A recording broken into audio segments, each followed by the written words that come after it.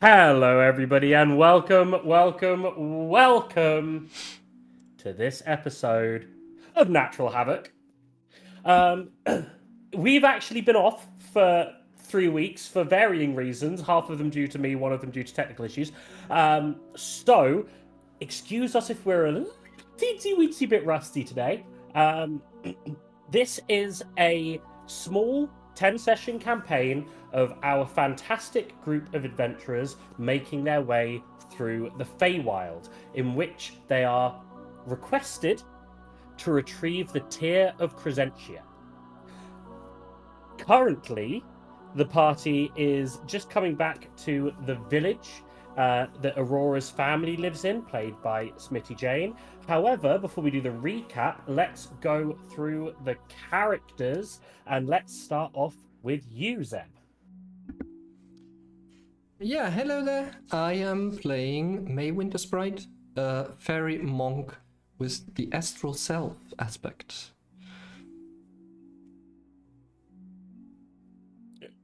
Did you cut out at the end there for anyone? I just thought it sounded like you had more to say. No. So that's fine. Lan, if you want to introduce yourself. Hello, my name is Candelaria Periwinkle. I'm a fighter. I got a halberd and it didn't really do much in the last battle, but hopefully I'll get better, I swear. Thank you very much. And next, if we could have the onion soup. Well, it's finally grateful to be out of this damned cage. Sebastian Voss, I'll be a changeling rogue at your service.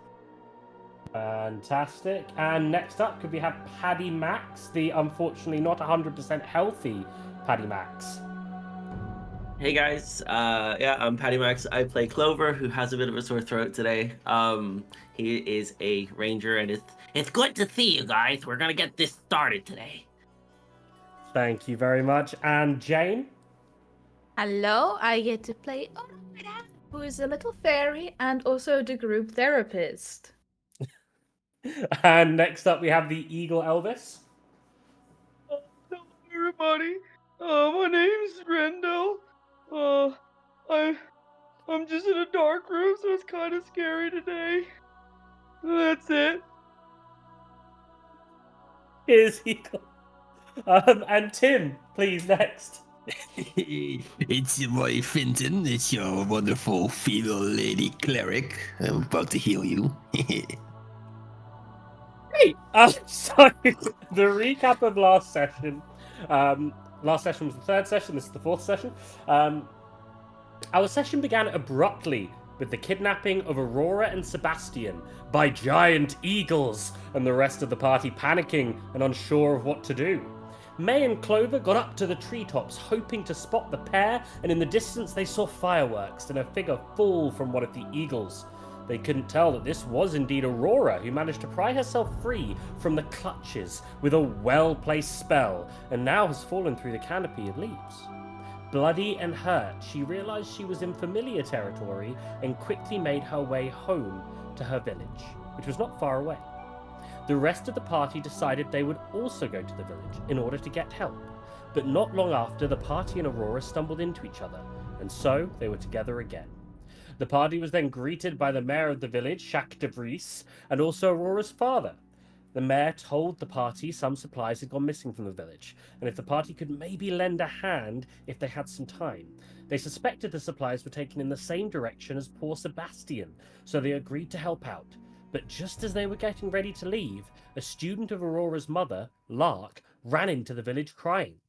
Her daughter Katie had also gone missing while picking flowers for her deceased grandmother, and she was desperate for help to find her. There was now no time to lose, and the party hurried back into the forest, into the direction they thought they needed to go. And indeed, after a short run, the party reached an open space, where they found Katie, as well as the missing supplies and a very grumpy Sebastian, who was stuck in a cage. But they were not alone. There were darklings, one of which had assumed the form of Katie's dead grandmother, and the little girl was mesmerized. She thought her grandmother had come back alive, and therefore didn't see the Yethounds, who were just preparing to attack her. However, the party arrived just in time to stop them. Even though both Clover and Candelaria were terrified by the Yethounds, the party eventually succeeded in fending off the enemies. Katie was safe, Sebastian was freed, and just as the party were about to gather the missing supplies to take back to the village, a familiar face showed up. Zolomar, now recognized by May to be a prince of the Unseelie court and son of the Unseelie king himself, Oberon. He came to inform Aurora of more details pertaining to their contract. The friend of his she was supposed to meet was not an ally, but in fact he was an unfriendly giant, Gogmagog Blunderborn. The party protested this so much that Zolomar eventually lost his temper and left in a fit of rage after warning Aurora she had 4 days to complete her task, or else. What lies in wait for the party beyond the village? How will this aside affect their ongoing quest to retrieve the Tear of Crescentia? And what really is Zolomar's agenda? It's time to find out in this week's session of Natural Havoc. So, with that, I believe we are ready to go. The party has recently gathered up their things and gathered up the supplies and are now heading back towards the village of Fernvale Grove with young Katie. As you guys arrive back at the village, you reunite Katie with her mother. The village is jubilant, but they take this evening to hold their loved ones close, rather than celebrate too rambunctiously. So, most of the party, you will be invited to stay at the inn. However, Aurora, you're obviously able to stay with your parents. Regarding somewhere for Grendel to stay, there isn't anywhere big enough in the inn, but they do have some stables that you could sleep in instead. Aside from that, you guys head to the inn, are given free rooms for the night, and agree to set off early in the morning. Aurora, would you like to say anything to your parents whilst you're having dinner with them, perhaps? Well, thank you for having me stay, of course, but thank you for letting me borrow your armor, Dad. I was not hoping to ever wear it, but I guess it's come to this now. I'm surprised it fits you so well, my daughter. It looks fantastic on you. I have to tell you guys something. Have you ever Yes? heard? What is it, dearie? Have you ever heard of a being called Zolomar? Zolomar. You mean the son of King Oberon? In Rhinori? Rhinanori. That's the one. Been a while here as well. Yeah, is there anything you could tell me about this person? They mostly... It's a different world, darling, to what we live in. The royal families of the Fae that live in the giant cities, they're not really like us. I'm afraid I can't give you too much insight. Yes, I have never worked directly for them, but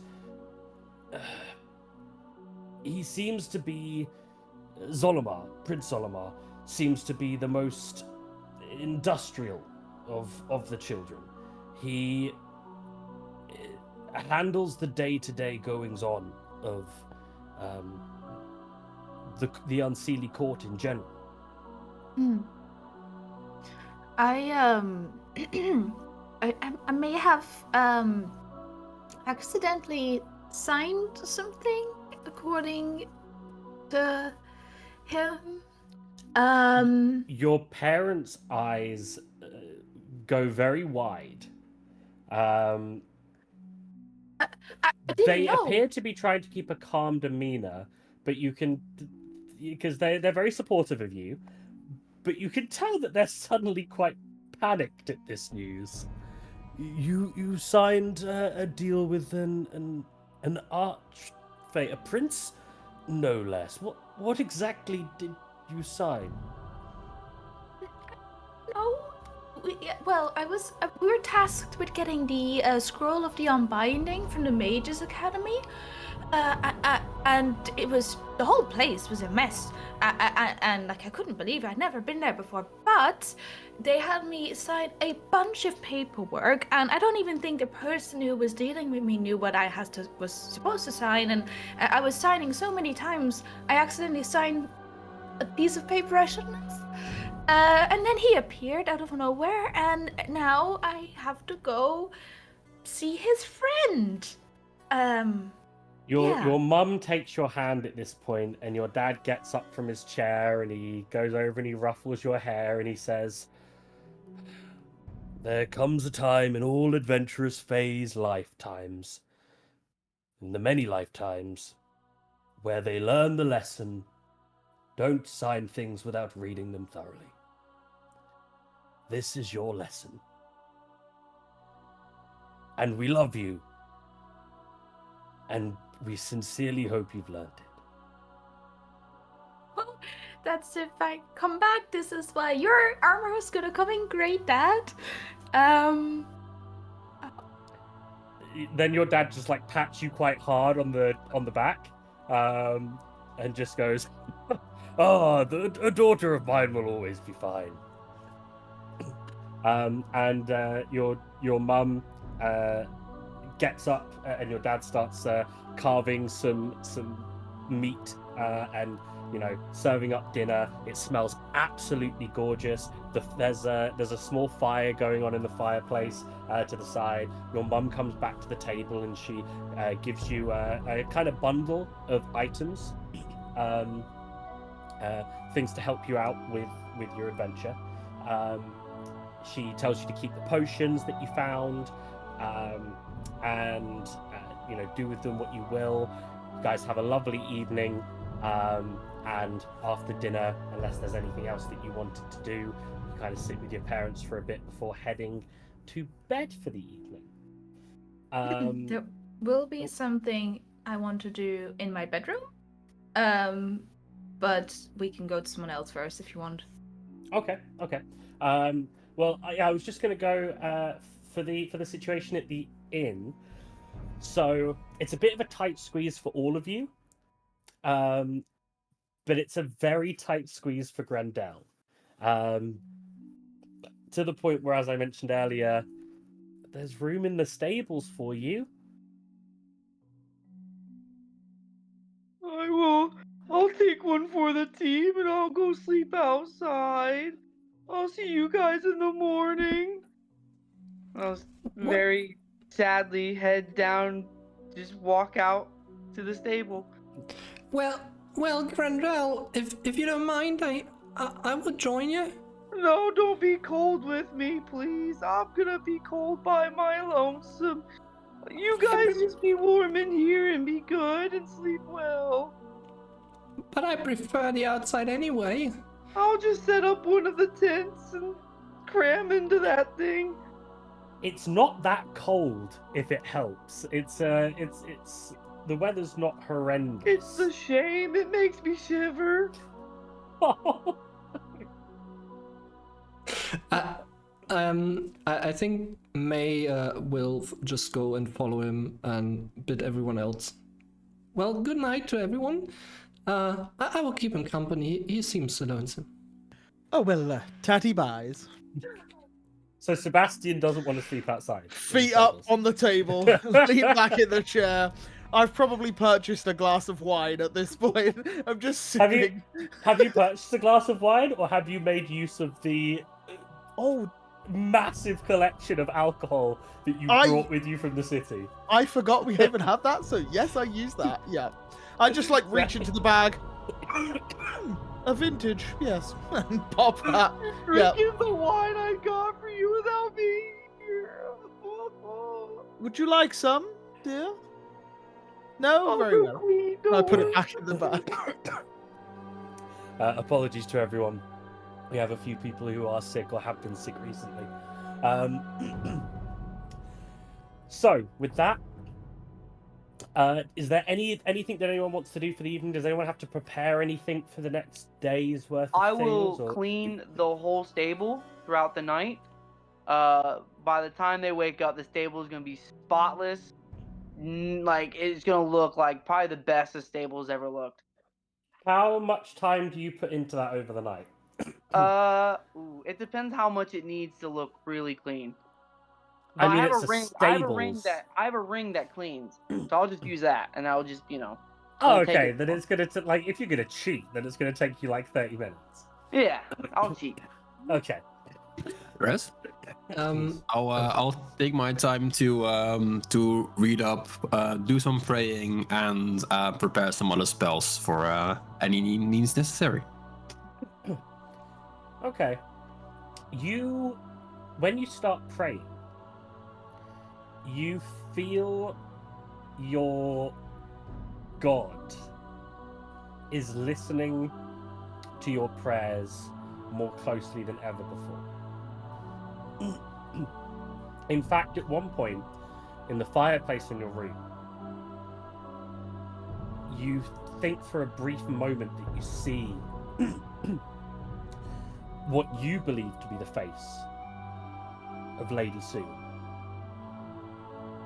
in the fire, just for the briefest of moments.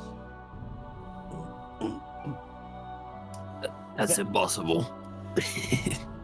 Probably nothing to worry about. As for the rest of the party, as anyone else want to do anything? May will do her usual routine that she does in the evenings, which is also to wash off, but also mainly to pray and to meditate. And since they had just survived the big battle, she will also pray to the moon goddess Selene. Selene, Selene. sorry. Yeah, and also do her daily meditations.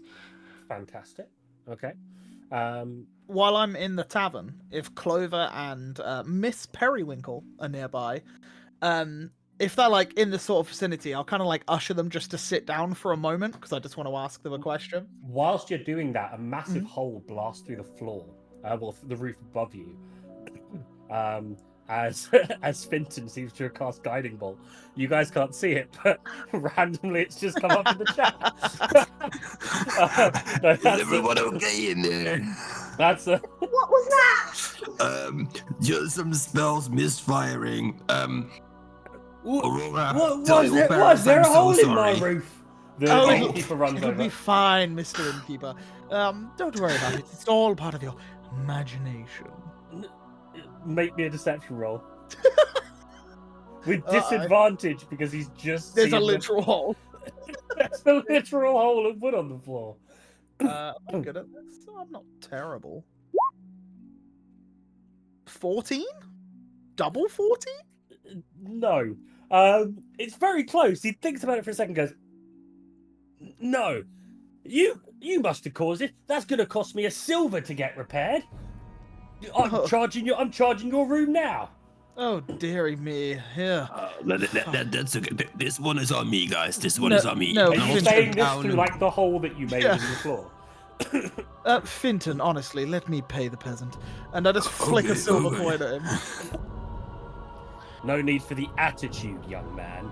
As he takes There's the silver always coin, need puts for it. attitude, dear.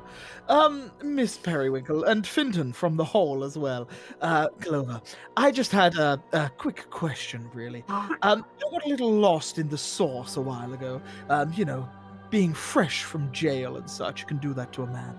But I just wanted to ask a simple question, really. What is all of this that we're doing regarding this Googamagab? Are we going to hurt someone, help someone? What exactly is required of us? Because from what I understand, this Bolibar wants us to go and do such a thing for him, but I'm a little confused. Well, that's you and me both. But you know how Aurora and I, we went to the Mage Academy earlier, and we got lost, and we signed a lot of. Aurora really signed a lot of paperwork, and apparently, she signed a piece of paper that basically said, that she needed to see Bolly Zolam. No, what's his name? Goggy Yes, Magog? Yes, Booby that Me Bar, I one. think. Something along That those lines. one, anyway. yes. That Yes. one.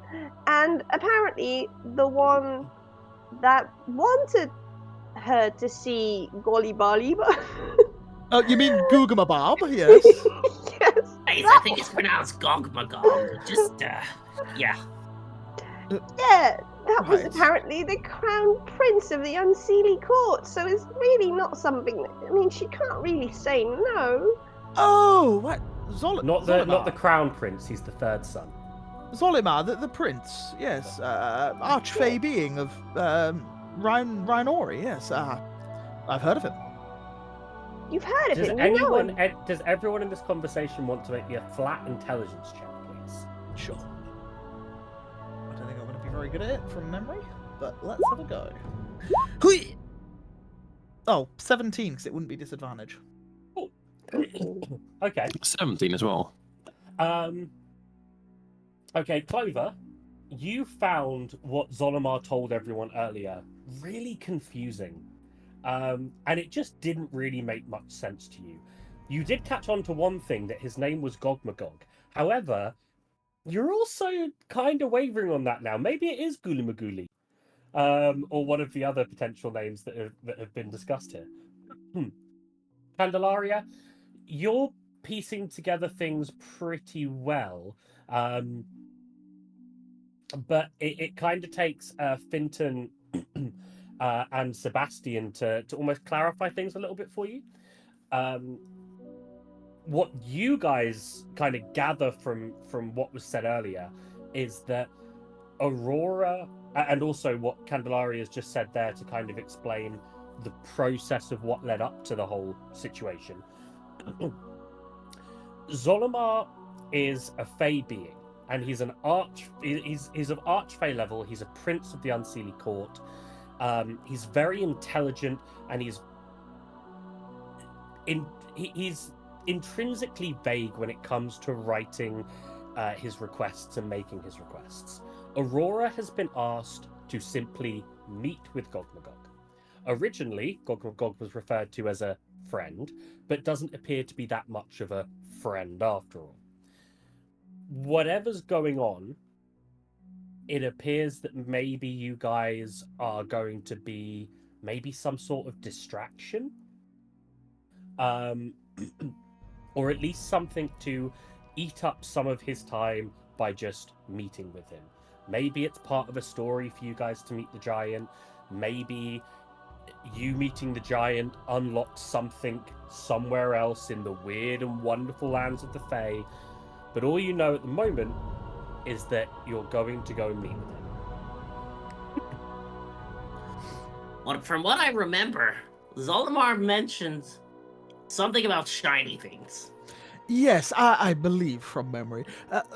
We're requiring a lute or harp or some musical instrument of some tastes of the artistry world of music, I assume.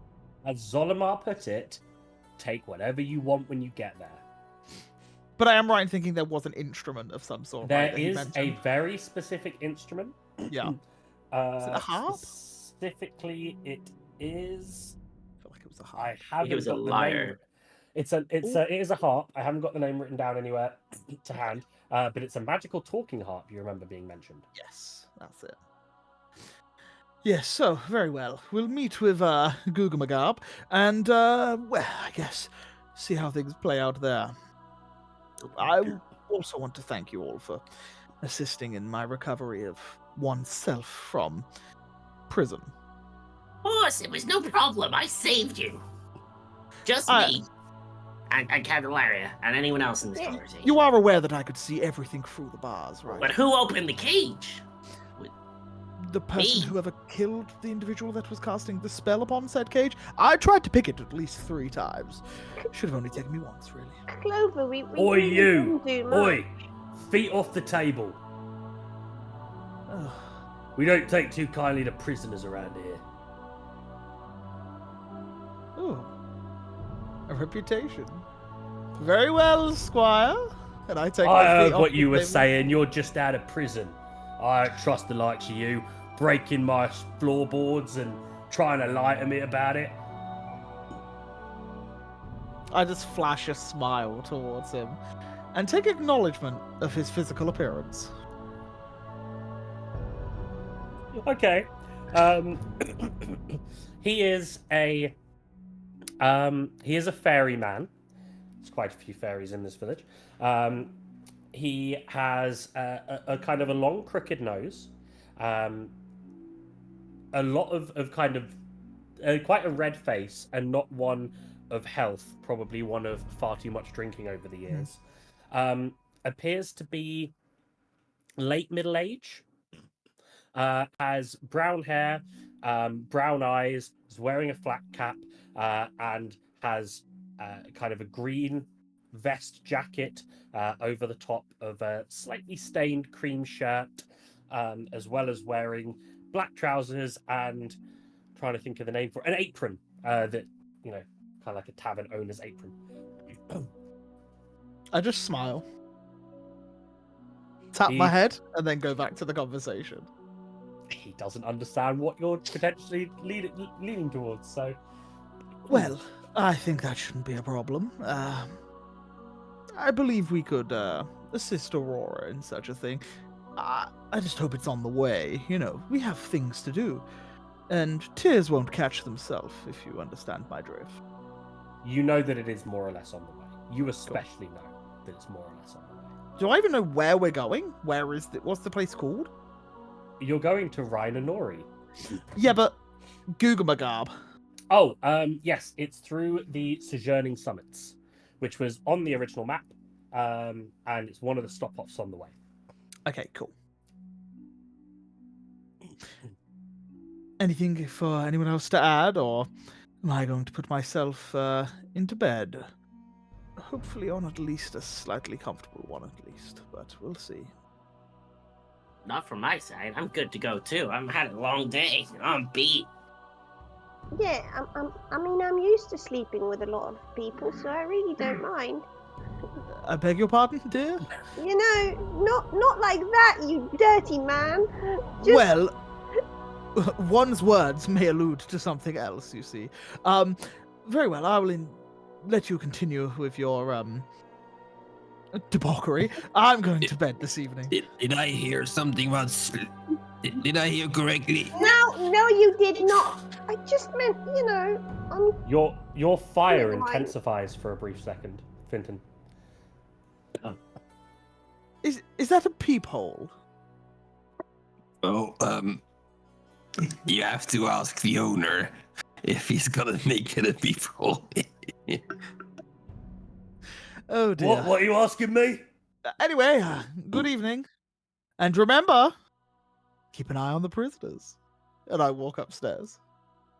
He watches you. He glares at you the entire way upstairs. And to answer your question, no, the bed is not like to everyone else. The bed's quite comfortable. To you, it's like the Princess and the Pea. There is one kind of slightly wrong.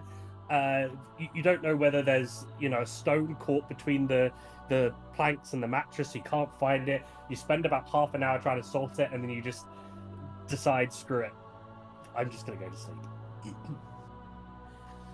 Before we deal with sleep, however, there is one last person who wants to do something this evening. Aurora. I'll try and keep it short.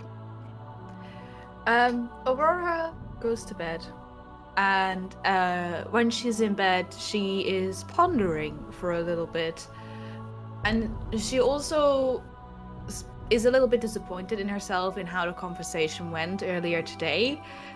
She's supposed to be decent at having a conversation, yet someone stormed off in anger. And she's just sort of like thinking to herself, like, what could I have done? And like, he's obviously connected to me. Solomar, can you hear me? It's a warm night. Is your window potentially open? Well, if it's a warm night, sure. Okay. I don't know who Zalamar is, but I can hear you as your friend Thistlebloom is sitting at your window's edge. This short, very colourful fairy best friend of yours. He's sat at the window and says, "You really thought you'd come all the way home to visit and you wouldn't tell me about it?" So, Blue, well, first of all, do you read minds or was I talking out loud? Because I thought I was thinking that. No, you were talking out loud. You do that a lot. Okay. You well, also talk in your sleep. You know the whole dream things that you do? I can totally hear them. Well, I mean, that's not good because they're supposed to help me, but maybe that's. Wait, okay, yes. The dream things are cool, but how have you been? I've missed you. I've missed you too. And he just like scoots his legs over and like jumps on your bed and like gives you a big old hug and says, "I'm so upset you didn't even tell me you were back in town." It was a little bit of a spontaneous trip, but so far, kinda got kidnapped by an eagle and then transport to here was a little bit faster than expected. Yeah, Dude, city life sounds like the coolest thing ever. kidnap is not consensual. That's not fun. But it's such a cool adventure. When can I go on an adventure with you?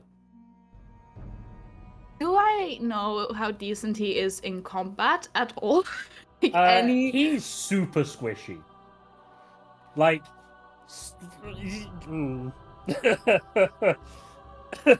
yeah, no.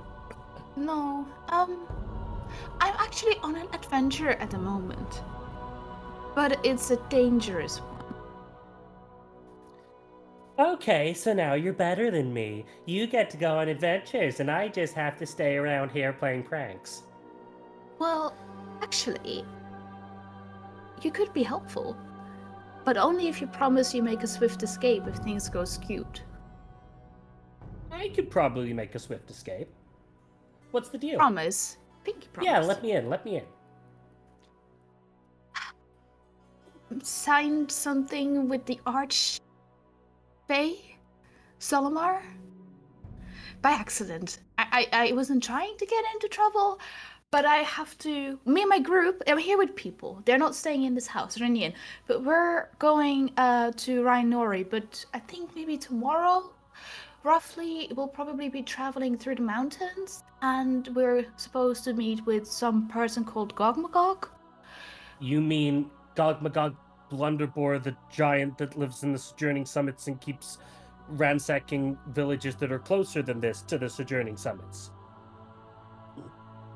I've got an appointment with a thing tomorrow. It's really important. It's about a house. I'm getting one. You're getting a house? Yep. Yeah, I will probably lost it by the time you come through next time, but I'm definitely getting a house. Insight check. Yeah, go for it. It's not hard. Lying through his teeth, he's completely terrified and doesn't want to go with you. Aurora just gets out of bed and starts, puts both of her hands on her hips and starts tapping her foot. It's a really small house, just for me. You can't lie to your best friend like that. I can see right through you. Well, you can't not tell me where you're going to your best friend like that. You know, am I not? Be careful when you go, but I'm not coming with you. That's scary. I thought so. Well, if you want some fun, my friends are in the inn. You can annoy them. I'm sure this guy, he looks very fancy. He'll especially enjoy your company. Well, actually, I was thinking that maybe I could stay here for another hour, maybe. I've got something that I want to tell you. I met another fairy that I like. They're really, really cute. Okay, yes, tell me everything. Okay. And you and Thistlebloom have this conversation through the evening. Bloom gossips with you and tells you everything that's been happening in his life. And yeah, unfortunately, your call out to Zolamar that evening isn't answered. But you have a wonderful evening nonetheless with your best friend. Okay.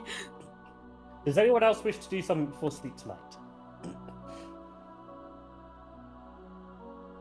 Okay, well, as everyone beds down for the evening,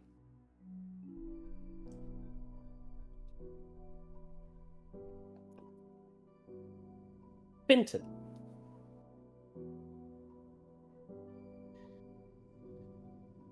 you begin to dream.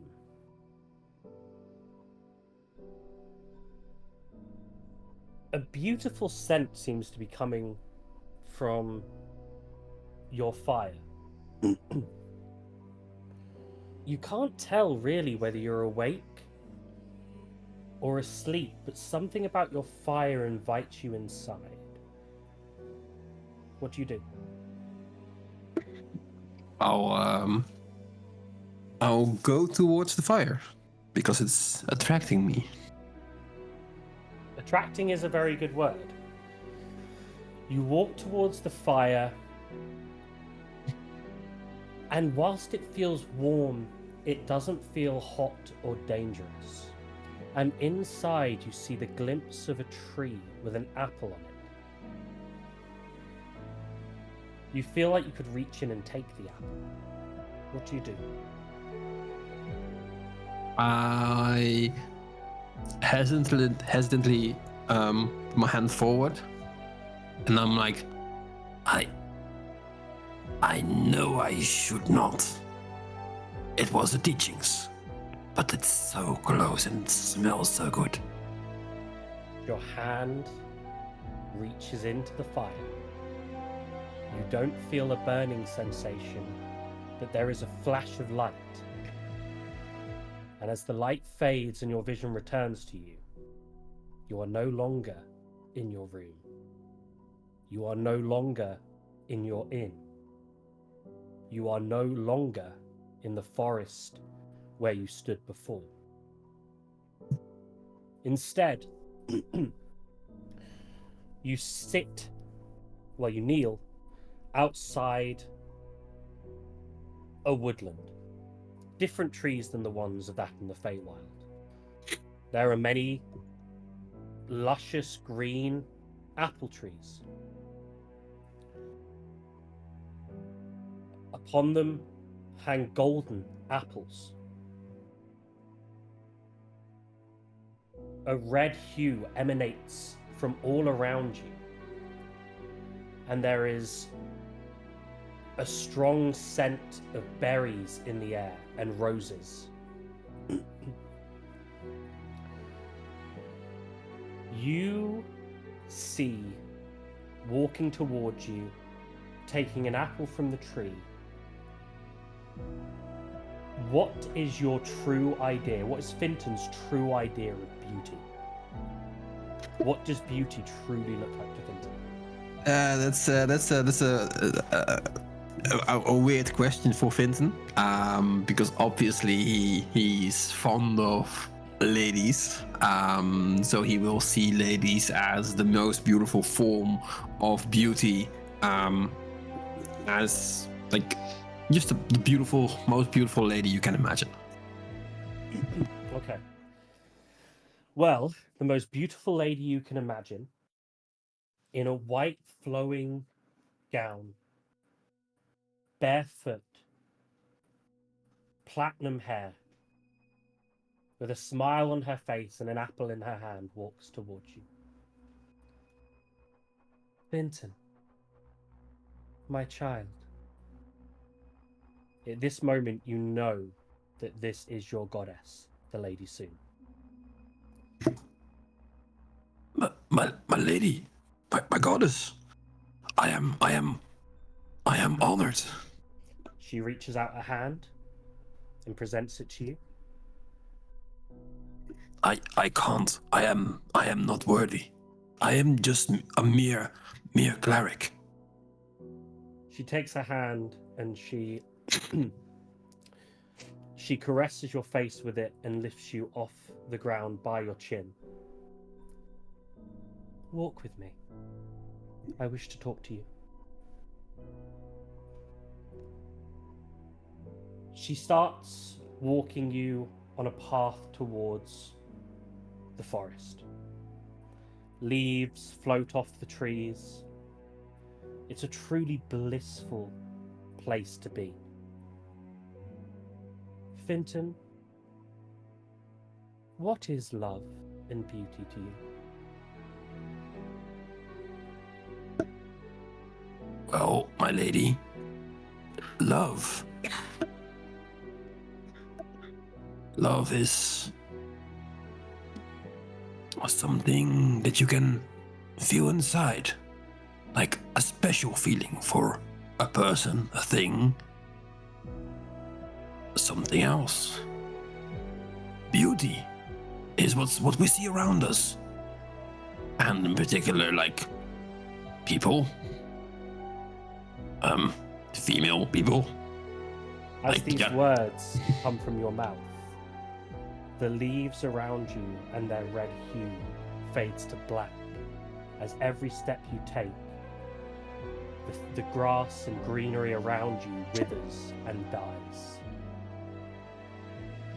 The trees that you walk past turn into a grayscale.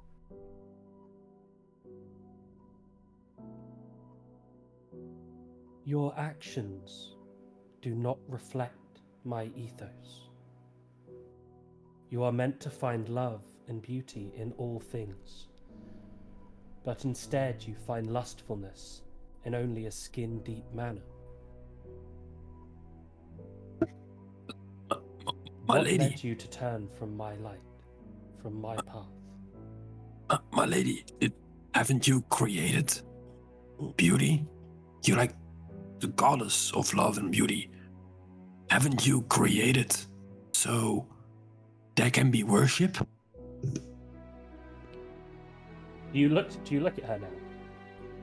I'll try, like very shy. As you look at her, your idea of beauty seems to have gone from her form. Now, all at once, and yet also at the same time, not at all. Her features are changing to every form, to every vision, to every idea of what beauty is, not just the physical, but the sentiment behind it, the emotions involved with love, all of those taking form and constantly changing and yet constantly staying the same. She is timeless. She is the eye of every beholder.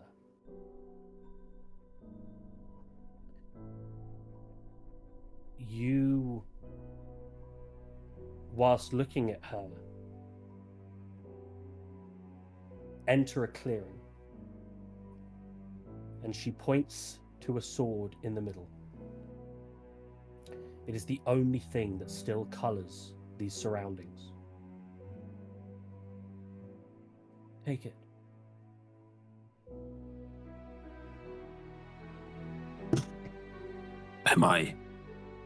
I am honest, I am not worthy. She doesn't say a word, but her many forms look at you as she gestures once more towards it. Finton is dropping on one knee while holding his hand, grabbing the hilt of the blade. The blade burns, but you cannot release your grip. You feel her presence behind you, her voice close to your ear. I want you to walk once again in my light. The longer you spend there, the stronger this sword will become. You wake up. You are in the inn. You're panting. You're sweating. Your body, your hand is burnt from reaching into the fire. But from the fire, you take this beautiful sword, its hilt made of some pearlescent white stone, a blue sapphire embedded within it, and a red ruby on the other side of the hilt. You have the Sword of Soon in hand. At the moment, it is just a sword. But should you follow your goddess's true teachings, maybe it will become more powerful over time.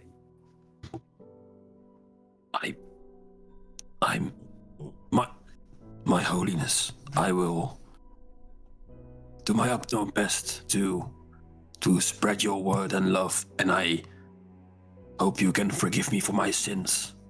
I must be more helpful. And immediately I'll rush through my things, grab some holy books, some parchment, some other things, starting writing holy messages, reading up on texts. I remember from my education in being a cleric of Soon. As you go to grab your things, there is another item of yours. Its mouth opens and says, "My master, you are always good, and I will help keep you pure." As your shield speaks to you once more, you feel like your shield may be useful in keeping you on the path of Soon, even though it's not one of her magical items. You feel that maybe she had a part in it coming to you as well. So,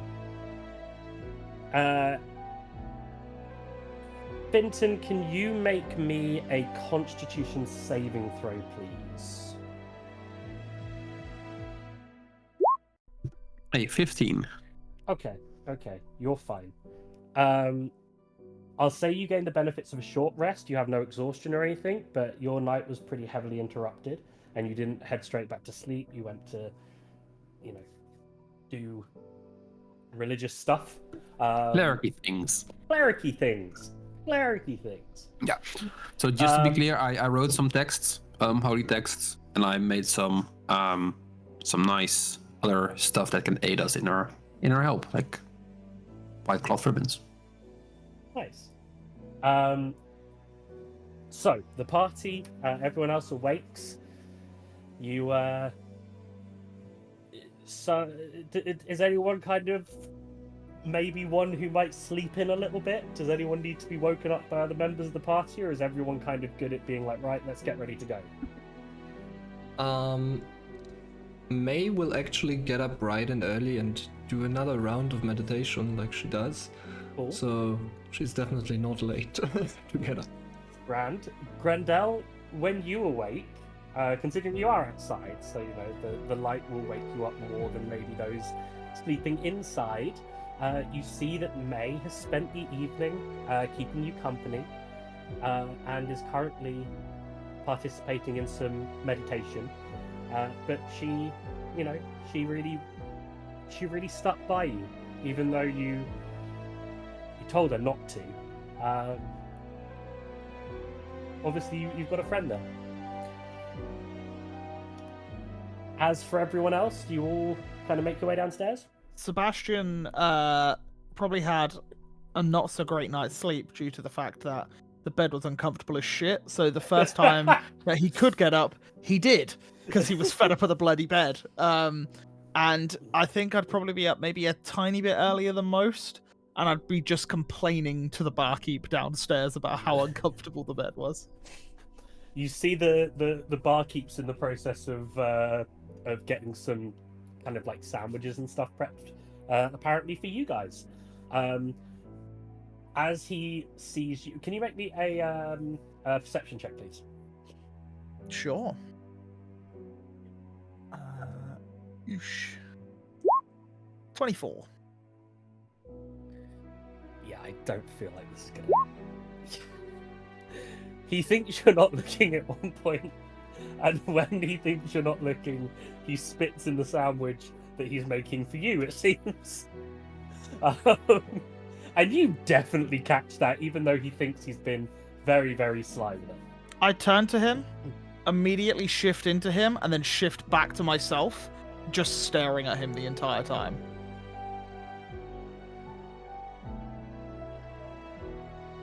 He takes the sandwich, throws it in the bin, and makes you a new one. Why don't you go out back and think about what you've done? Yes, sir. Tatty buys. Sir, can I ask you a question? You can ask. What did they put you in prison for? He's shaking. What did they put me in prison for? I immediately shift into the last image I have of the O'Shale member that I last visited, and in the position and the state he was in the last time I saw him. And then I shift back to myself, and I don't say a word, and I grab one of the other sandwiches and walk over to the table. He rushes out back. You can hear him vomiting. And I You walk left over them to in a the table. really, really rough state, dude. Oh, I'm aware. That was done. I grab the sandwich and I just sit down and carry on like nothing happened. Grand. Yours appears to be the last sandwich he was making. So everyone else's sandwiches will be there. Anybody else making their way downstairs at any point? Good morning. Are we ready? Good morning. Are we ready for another day of adventure?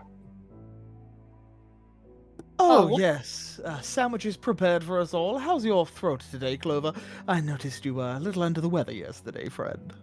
Yeah, I'm still not 100%, but I'm getting there. You know, it'll come back. Where's the barkeep? Well, I was about to say there must be something going around. He's vomiting out back. I'm sure he'll be fine. Oh no.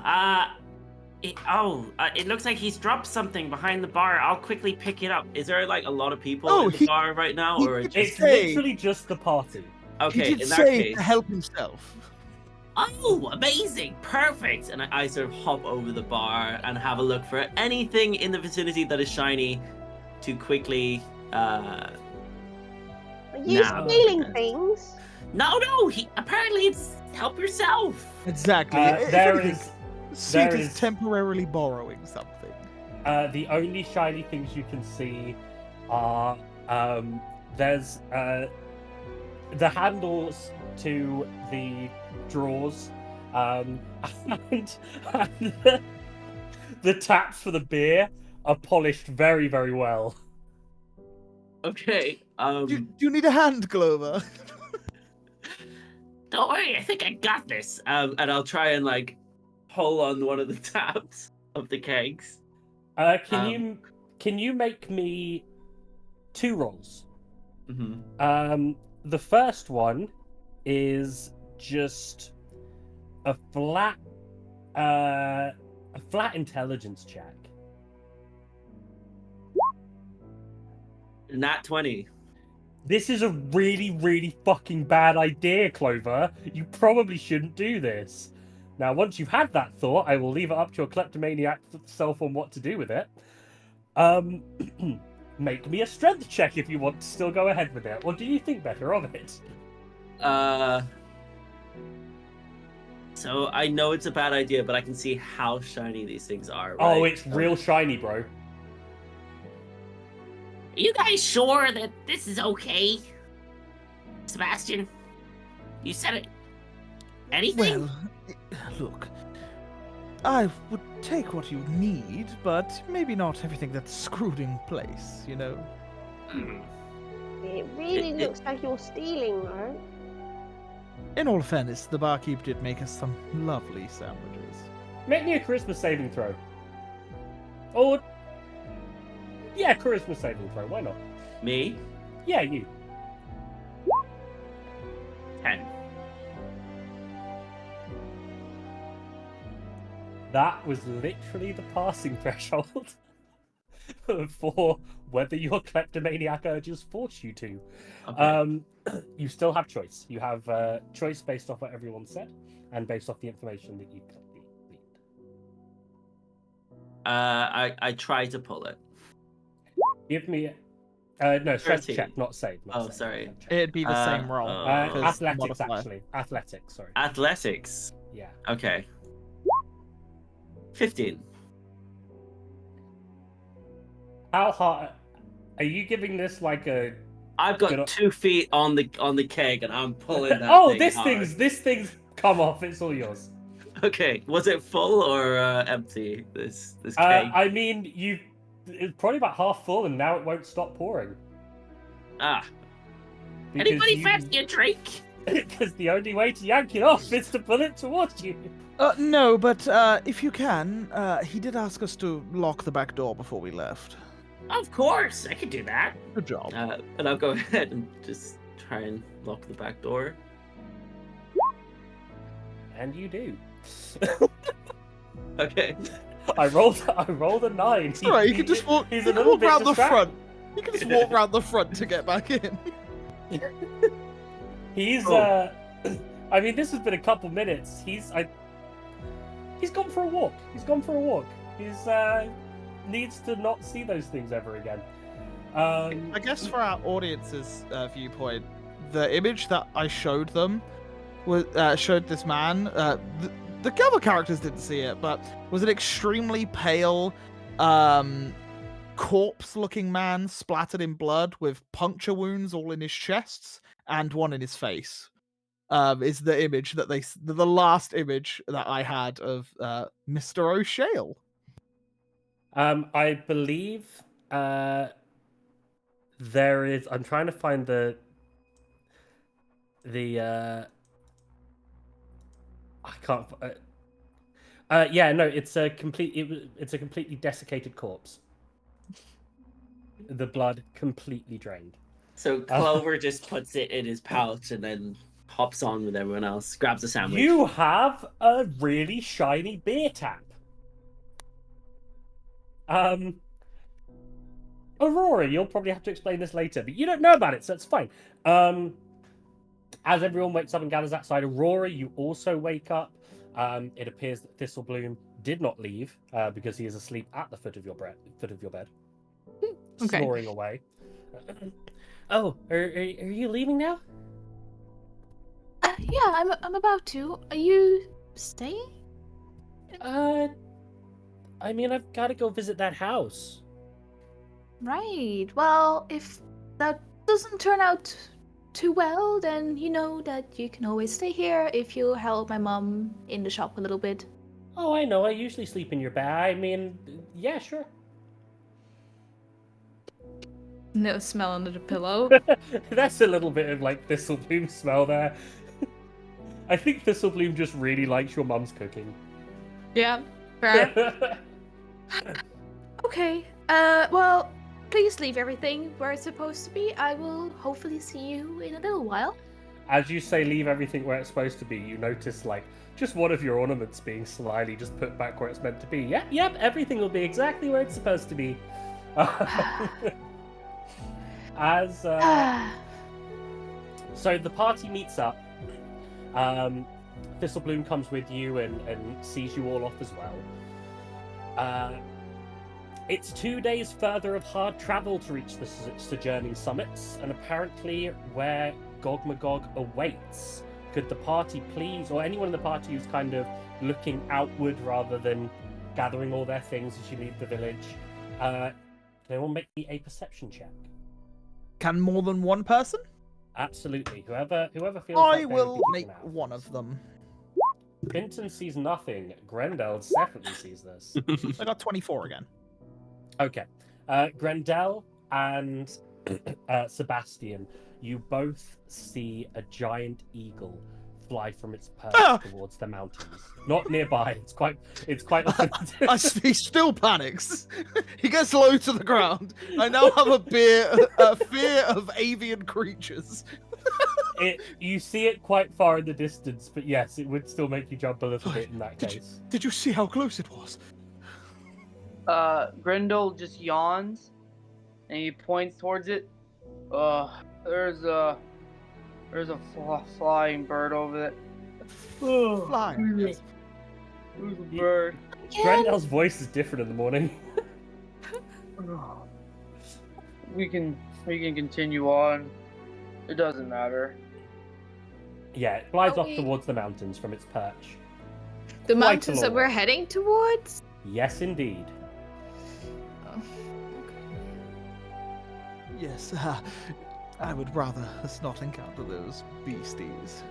I hate birds. It's okay. A little green, almost maybe a sparrow creature, perches on your shoulder. Whose? Sebastian's. I attack the bird. With intent to kill.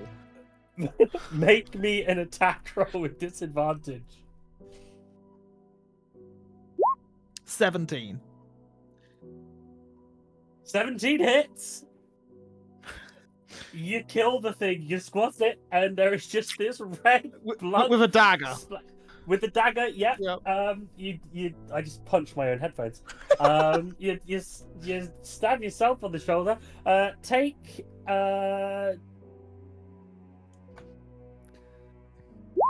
2d6 of piercing damage from your own dagger. 2 damage or 2d6? Sorry, two damage. Yeah, I was about to say, my word, just more than the dagger does.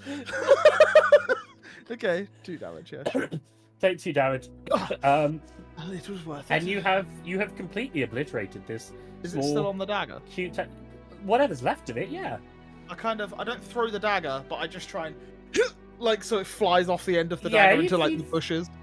You do that. Roll me a d20. Oh god. While this is happening, Clover's just behind, ears drop in shock. Perfect. Roll me a d6, please. I rolled a 1. Yeah, I know. That's why I'm asking you to roll D6. a d6. Sorry, I should say who. Sebastian, Okay. please roll me a d6. 3. Cool. You throw it and it lands on Clover. As it gets off it. Where did that come from? Clover, you said you were watching. You saw exactly how that happened. A dead bird. A dead bird just Sebastian. come flying past. Are you okay? No, Why'd you Dude. stab yourself in the shoulder? I You had to hit a fight for my life. bird! Yes. Birds are vile creatures. Do you know they openly shit while flying through the skies? Vermin, I say. Can we continue on? Oh man, What on earth? so tired today. Oh. Do Okay. you not think, Clover, that birds just make a real mess? And I look towards Grendel. Is there any nearby trees? There's trees everywhere, but there's also that bird you just saw flying off. I'm gonna run towards the bird that's flying with the eagle, and my hand, my axe is in hand, just waving it towards it, running at it. And as the party starts making a move, Grendel has started running towards your next adventure, and everyone else gathers your things quickly and heads off after him. After a few hours, the party clear the forest, and the peaks are in the distance. They're huge, majestic mountains, covered almost to the very top in lush greenery. Can anyone with proficiency in survival please make me a survival check, please? Oh, Candelaria, you've got this. 22. you can see even from here, looking at the mountains and just kind of what you know of the Feywild in general from the books that you've read and the stories that you know. And the same applies also to Clover, who got a 22, not to Grendel, who rolled a 9. That you cannot simply pass through these mountains. In the sojourning summits in the Feywild, there is no clear path. They're called the sojourning summits for a reason. You can't stay in one place for long. You'll have to... You know that it will be almost maze-like getting through them, and that you won't really have a chance to rest once you are going through them. The party should enjoy the next couple of days, because the one day's trek through the summits will be a tough one. The weather is nice though on this day, and as you guys continue down the path, nothing of particular interest occurs during the day. Yes. Any birds? There are the occasional birds overhead. Every time I see a bird get too close, I'm immediately like daggers out ready. Like, How close is too close? within about 10-15 feet. Cool. I don't attack one them, but I'm point- just ready. At one point, you do see some vultures or vulture-like creatures feasting on a carcass on the side of the road. Vile specimens. As you get closer to them, as Grendel gets closer to them, they fly off. Grendel appears to be rather menacing. You guys find the day kind of wears on and night falls about to come around. You guys find a decent place by the side of the road to camp for the evening. You set up camp. I imagine that Grendel takes it on himself as usual to I need to change the music now. To do Grendel, will that. you assist me with my tent, please?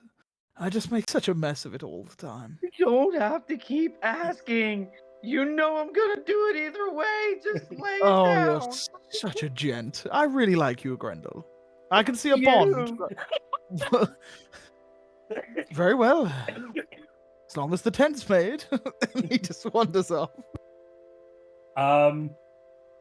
Fantastic. So, yeah. Is there who's gonna lead who's gonna be the main person to lead the watch tonight?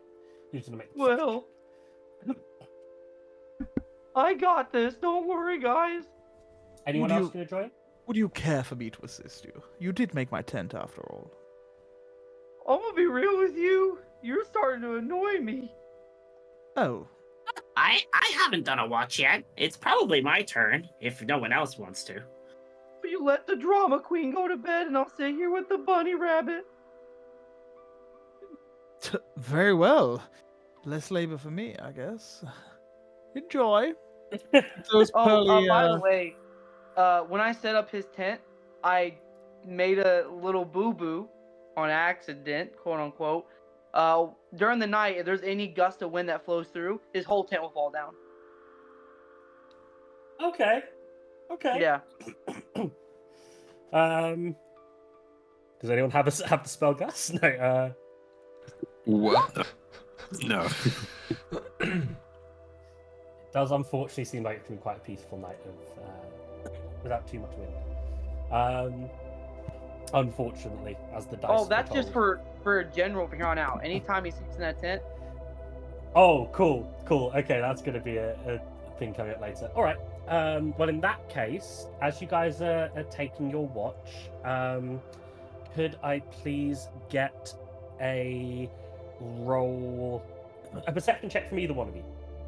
Whoever wants to take it. Oh. Okay. Well, we'll just take the highest. That's fine. Funny. A 20. Okay. That actually does a thing. Let me just find something for it. You guys are taking your watch for the evening.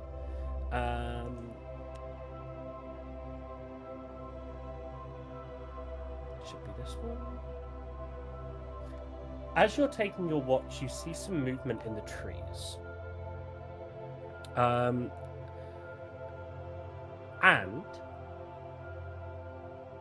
So there are two. You're kind of out of the woodlands now, but there are still trees off in the distance. And Clover, you see what looks like a rather beautiful woman,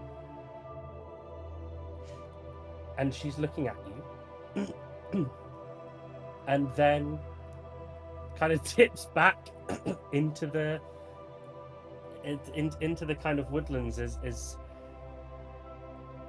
she thinks that you notice her, and then you have the realization. It is indeed the same dryad woman that you made a deal with a while ago for something shiny. Mm-hmm. You don't know what she wants, but she's come quite a long way and appears to be watching you. Yep. So, Grandel, seems we might have some company tonight. Where? I'm scared of the dark. I don't like the nighttime very much. He's like holding on to his axe, like, I can't do this. I don't think I can fight very well. Please protect me, Clover. Don't worry about it. I got us. It's no worries. And I imagine we have sort of a campfire or something, like lighting up the camp. Yeah, there's enough. There's enough lighting up the camp, but you guys are sat a fair bit away from it, so that you don't have the light obscuring your view of the kind of darkness around you. Mm-hmm.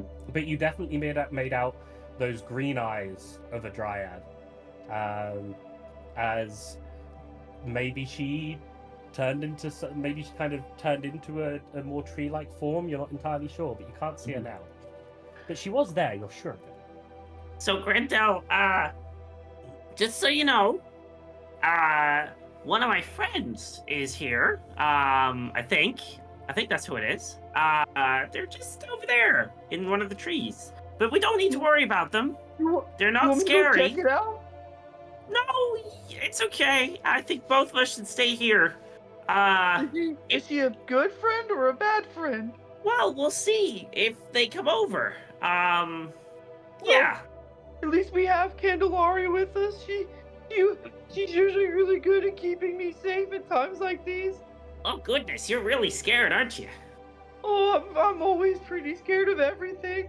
Hold on, I've got something just for you. Wait 1 second. Oh, And I okay. reach into my pouch and pull out the very clean, sparkly, polished keg tap that I pulled out earlier. Yeah. So you see this here, Grendel? Oh yeah. If you see how clean it is? Oh, it's very clean. It's so sparkly clean. Yeah. You can almost see the moon when you look at it in the night. Oh, that's What you actually could- really cool. What you could do is you could just focus on this, and then you got nothing to be scared of. Oh, thank you. Oh, where'd you get this from? I picked it up a long time ago, you know. Oh, that's very kind of you. And I sort of hand it over begrudgingly because I don't really want to let go of it. I'm just letting you borrow it tonight, but Oh, I'll give it back to you. No worries. yeah, just hold on to it. It'll keep you safe. Yeah. Is there like, is it like inside there's a lot of shiny things, or is it like in general just like if I wanted to take a piece of a shiny part of it out, can I do that? Like what exactly? It's like a tap for like a keg. It's so a beer just- keg. It's like when you pull on Oh. pour a beer. Yeah. Okay, no, that makes a lot of sense. Okay, It's just yeah, really I'll- shiny. yeah, I'll hold on to this. Yeah, I'll have it in the morning. Perfect. And I have another look out over to the forest to see if there's any movement. There isn't any movement. So Aurora's having a dream. Oh, But before that happens, script. You see in the distance It looks as though every time you look away, one of the trees is moving closer and closer towards you.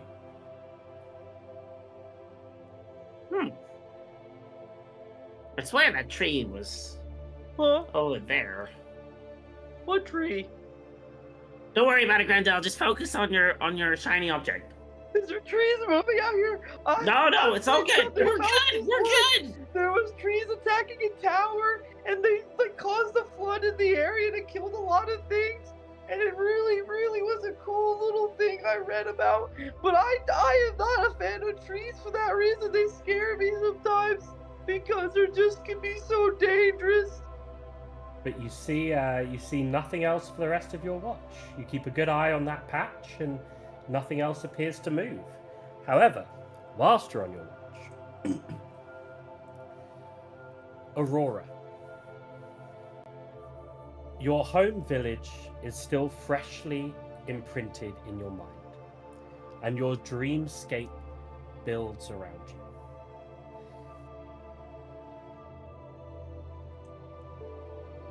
There we go. As you're dreaming, you're surrounded by water, and you're standing on a small rock jutting out of the blue.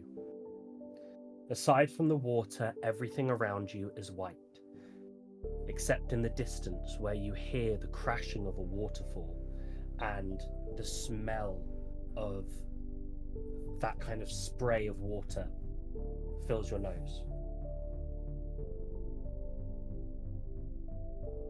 You see in the distance,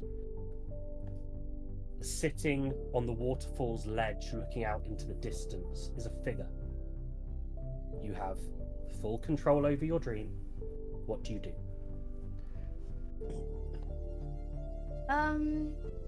First I look down to see if I'm dressed. You're dressed, yeah. Okay, because, Well, do you dreams want are- to be dressed? yes, Cool. if there's In that other case, you're people. Remember, you are good at kind of controlling dreams. You have full control Yeah. over what's happening. Yeah. And I fly up because I have wings. Yeah, cool. And I will just I'm not gonna just like fully go for this figure, but as I approach I wanna perceive if I recognize them. You do recognize them as you get closer. No roll is needed. Okay. For you've been wanting to see this person, as it's Zolomar. Zolomar is staring off into the distance. Are you going to spend the entire evening up there, or are you going to come and join me?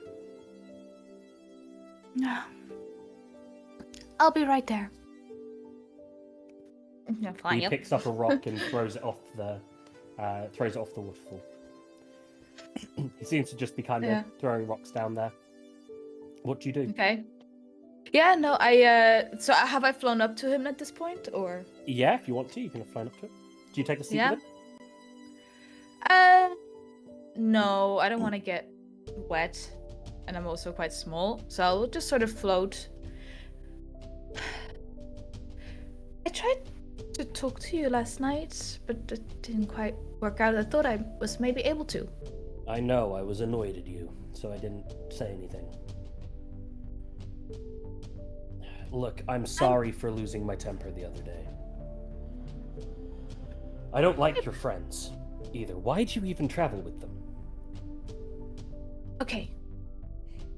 They are my travel companions, though I do think there could be a few there that I could form a friendship with. Well, I didn't know them, but before we were tasked to go to Rhinori together. But why are you going with them? Like, look around you. You have so much potential. Look at the control you have. I think this is part of the reason why I was picked, but I'm sure everybody has their talents in the group and it's why they're picked. I don't get it, but keeps throwing rocks down there. So, Why are you coming to my city? okay, look, I'm gonna just be honest with you because I think that is the best way to form any type of bond or relationship, and it's the first thing He is that looks we at you build and on. scowls as you say bond or relationship. Would you not say we're bound one way or another? He doesn't say anything and just turns back to throwing rocks into the sea. Go on. Not into the sea, sorry, So, down the waterfall. the Dream Strider wants to tell a tale, and certain She items seems are nice, but she's such a bore. for the professionalism of my job. I can't comment on that. I'm employed by her. You see, I work in the court. I've got my own Anyway. court. Well, it's my dad's Yeah, court, but it's basically my court. Yeah, you know what? I don't know how it's gone over my head that you are part of the Unseelie Court. I only found out in the last 24 hours. I keep what I look like on the lowdown. What's your idea of fun?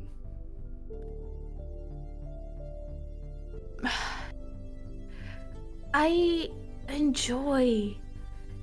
really enjoy helping people understand their dreams. It is how I do my job, you see. I depict Yeah, that does things. sound like your job. What do you do for fun? Well, I have a friend, and we used to go out adventuring together. Not in a combat way, but we would, you know, it would be silly. We would find people on the road and we would take them on these silly little adventures and play a trick or two, but it was never malicious. You sure have a lot of friends. No. I have one good friend. People just trust me because that the person I'm supposed to be. I'm supposed to help people. Trust. Trust's an interesting one. What do you think happiness is? What does it look like? I don't know if you can say there's a connection for a visual, because I think everyone's happiness is different. But I think when you're dying and you're on your deathbed and you close your eyes and you look back at what you did and you can die happy, you've lived a happy life. Dying? I don't plan to do that. Most of us are mortal, you see. I think it's probably a lot harder to be having true happiness if you are immortal. Which you Just stay in the might be. Feywild. Can't die of old age here in the Feywild. Well, So, you're gonna go see Gogmagog. Probably get there by nightfall tomorrow? right? And did you want to tell me anything? I heard he ravages his villages. He And he's a does do giant? that. He does do that. See, I did want to tell you things, but your friends kept talking. They just don't stop talking. I don't like your friends. Well, my friends or comrades are there. There's just no way around it. And look at me. Do I look like I can do something with a giant? I'm not even strong. You'll be fine. Probably. Come on, take a seat. I'm looking for like a dry spot to sit down. You can make a dry spot. I can? Oh, yeah, of course. I move water out of the way. Told you you've got a lot of potential. Only my dream. Of course I should. Thank you for sitting with me. Okay. we can sit together more often, you know? You don't have to be lonely. I mean that. You see a small smile creep across his face. He doesn't say anything else. He just sits there, throwing rocks. Throw a rock. No, But throw it more like this, and he kind of helps you with throwing the rock in what his view is properly. And the night kind of goes on. Nothing too much else happens, and eventually you'll wake up. did he tell me anything about Magog, Bob? What else? What else do you want to ask about Golden God? I just, like, in my dream, I imagine I was wearing what I was wearing on the day because on my glamored armor, I can make it look a certain way, and I decided to put a very shiny brooch or emblem or whatever we have for the Dream Strider's Court, because I can accessorize it, apparently. So that's on there, so I'm a representative, and I want to know if that's going to cause me any more trouble than I might already be in. Nothing's going to cause you any trouble. Look, Gog Magog's not part of any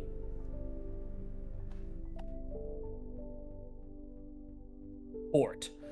Gog Magog is of his own free will.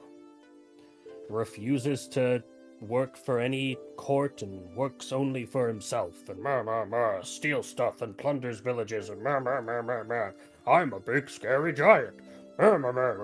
So boring. But just do me a favor. You don't have to kill him. You just, have a meeting with him. If it gets a little violent, it gets a little violent. No one will die. Probably no one will die. Is there any reason I can give him that I'm meeting him? Or am I just turning up? Oh, he's gonna probably know. Like, those eagles, definitely, way ahead. Yeah. They're his? Oh, yeah. All those darklings, I'm pretty sure, were related to him as well in some way. I think you thwarted one of his plans. Oh, I didn't know that. Yeah, you're out there totally, thwarting plans and really probably getting on this guy's nerves. I shouldn't have told you that part. No, we have beef now. He kidnapped one of the children from my village. Oh, this gives you motive? Yeah. Oh, shit! Why didn't I say this earlier? Yeah, he's a bad guy. Oh, man, you people are so confusing. He stole a kid and now you're involved, but you signed a contract and before you were questioning things? How does that make any sense? You're not contractually obliged to the kid. Well, okay, look, I have emotions. They make me feel things. I will teach you. It could be nice. Might make life more exciting. You don't get to teach me anything, but we can share experiences. I don't need to be taught. Then you'll just learn. And I throw a rock, and it skids, but on the air, like a... That's cheating. Here, do it like this. And he puts his arm around you and helps you with throwing the rocks. Okay. Make an insight check. Oh, okay. What if I'm actually just genuinely dreaming? 11. 11. He's warming towards you. He doesn't have the disdain that he had previously. It is very much a friendly gesture, teaching you how to throw the rocks the way that he thinks they should be thrown. Okay. Yeah, and I guess since I'm dreaming, I'm not really concerned about losing sleep, so I will just dream my dream out. Eventually, the sun starts to rise in your dream. There was no moon previously, but on the horizon, a sun starts to rise, and you know it's about time to wake up. Yeah. Okay. I'd say my goodbyes. See you soon. Hopefully. Oh, you will. I promise you. Cool. So, the party awaken the next day, as we had you had it wasn't like a horrible night's sleep, but there was like a whistle in your tent for some reason, Sebastian. Something was kind of whistling. May, you had a nicer night than the evening before, because you were not sleeping in a stables this time. Candelaria, the night passed really without incident for you. It was nice to kind of just, be in the tents again and everything, back in the kind of community feel of the group. Clover and Grendel, you obviously had your watch. Clover, when you wake up the next morning at some point, the watch changed. But when you wake up the next morning, that tree is gone. Grendel, you wake up and you have the shiny beer tap. I wrap that up, make like a little gift thing for it, and I'm already up cooking like a small little meal, and I have like a group of like flowers I went and picked up. Okay, cool. And I'm waiting for someone to step out of their tent. Well, you've got the outsider trait, haven't you? Or the I can't remember exactly which one it is, but you've got the one where you can gather food for like up to 5 people a day. Haven't you? Yes, I believe I do. Yeah, cool. So that makes sense to that. And Finton, is there anything you are doing? Your dream is your sleep is dreamless that night. You actually sleep quite well. The burning on your hand. There is no burnt fur or skin, but you can feel that your hand. There's a burning sensation there occasionally. Yeah, I can only feel it. There's no like visual Correct. thing that is burned. Okay. Correct. I'll just go through my morning prayers, read some text, and eventually I'll be out of my tent and looking at the faces of these guys and probably be the first. Okay. So what, you think you'd be one of the first ones out, or? Yeah. After. Okay, cool. So Finton, you leave your tent, and Grendel, you said that whoever left their tent first, you would. No, I'm waiting for a certain person to leave their tent. Cool.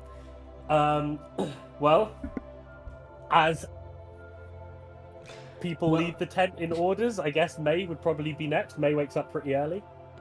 Yeah, she goes out, does her meditations, her stretches, just freshens up. Yeah. Then screw it.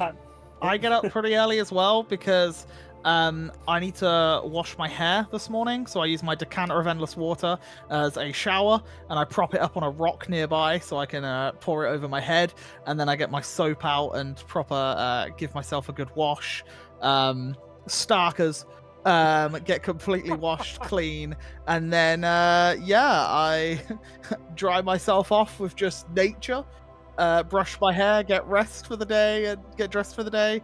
As you're getting dressed, just a flock of birds fly out of some trees, probably about 500 dart meters back away. into the tent, which probably makes it fall over. I imagine. Yes, as I'm half dressed, dive in, the tent collapses. I'm like, ah! Tent falls in on you. Yeah. Your grand superior That's tent my collapses morning. in on you. That's your morning. I would imagine maybe Candelaria out next. Oh, Yeah. Gloria! Oh, it's so good you're awake. I've cooked you some breakfast. I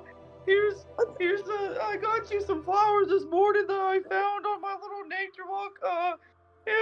Good morning. Hope you slept well. Good morning, Grendel. To what do I owe this pleasure? I mean. Oh, it's just I've been because you're really- always so nice and you kept me safe in that one fight, and you're just really kind and nice. You're just very protecting. I got you a gift as well. You're not allowed to open it until another time. Well, then I won't. Thank you so much. Let's have breakfast together then. And I just start rummaging a little bit. Clover ever says he's missing something, it's not the gift. Not at all. Don't even look at it. Don't even think twice on it. It's just a gift I got you. Oh, thank you so much. But I do, in the back of my mind, sort of think, wait, Clover's involved. But never mind that. Never mind that. And I just, yeah, I'll play along. Yeah, oh, thank you so much. And I am genuinely touched. So yeah, I'm gonna cook us breakfast together and have a nice relaxed morning. Nice. Is there anything anyone wants to do in the morning before you guys set off down the path? Oh, You Over. Oh, go ahead. Go ahead. No, it's okay, because I'll wake up last anyway. So we are going down the path, and it takes us like until the evening until we arrive approximately. You will probably be reaching Gogmagogs by the evening, should everything go to plan. Okay, Unless then you I'll- reach some trouble in the early stages of the Sojourning Summits, but it's one of the things that the people with the survival role would have known is it's kind of that idea of if you know where you want to, if you can kind of think of where you want to go, and as long as you keep moving, you will get there, but there will be difficulties in the way. Then I'll hold what I had in mind. Okay. Over. Yeah, what's up? And at this point, you would also spot this shiny emblem of the court. I didn't think you picked up any of the potions the other day when we, when we collected all of them from the village. Did I you? didn't pick up the emblem. I mean the potions. The What? emblem? What emblem? Oh, you do have a very shiny emblem on your chest. Was I supposed to get one of those?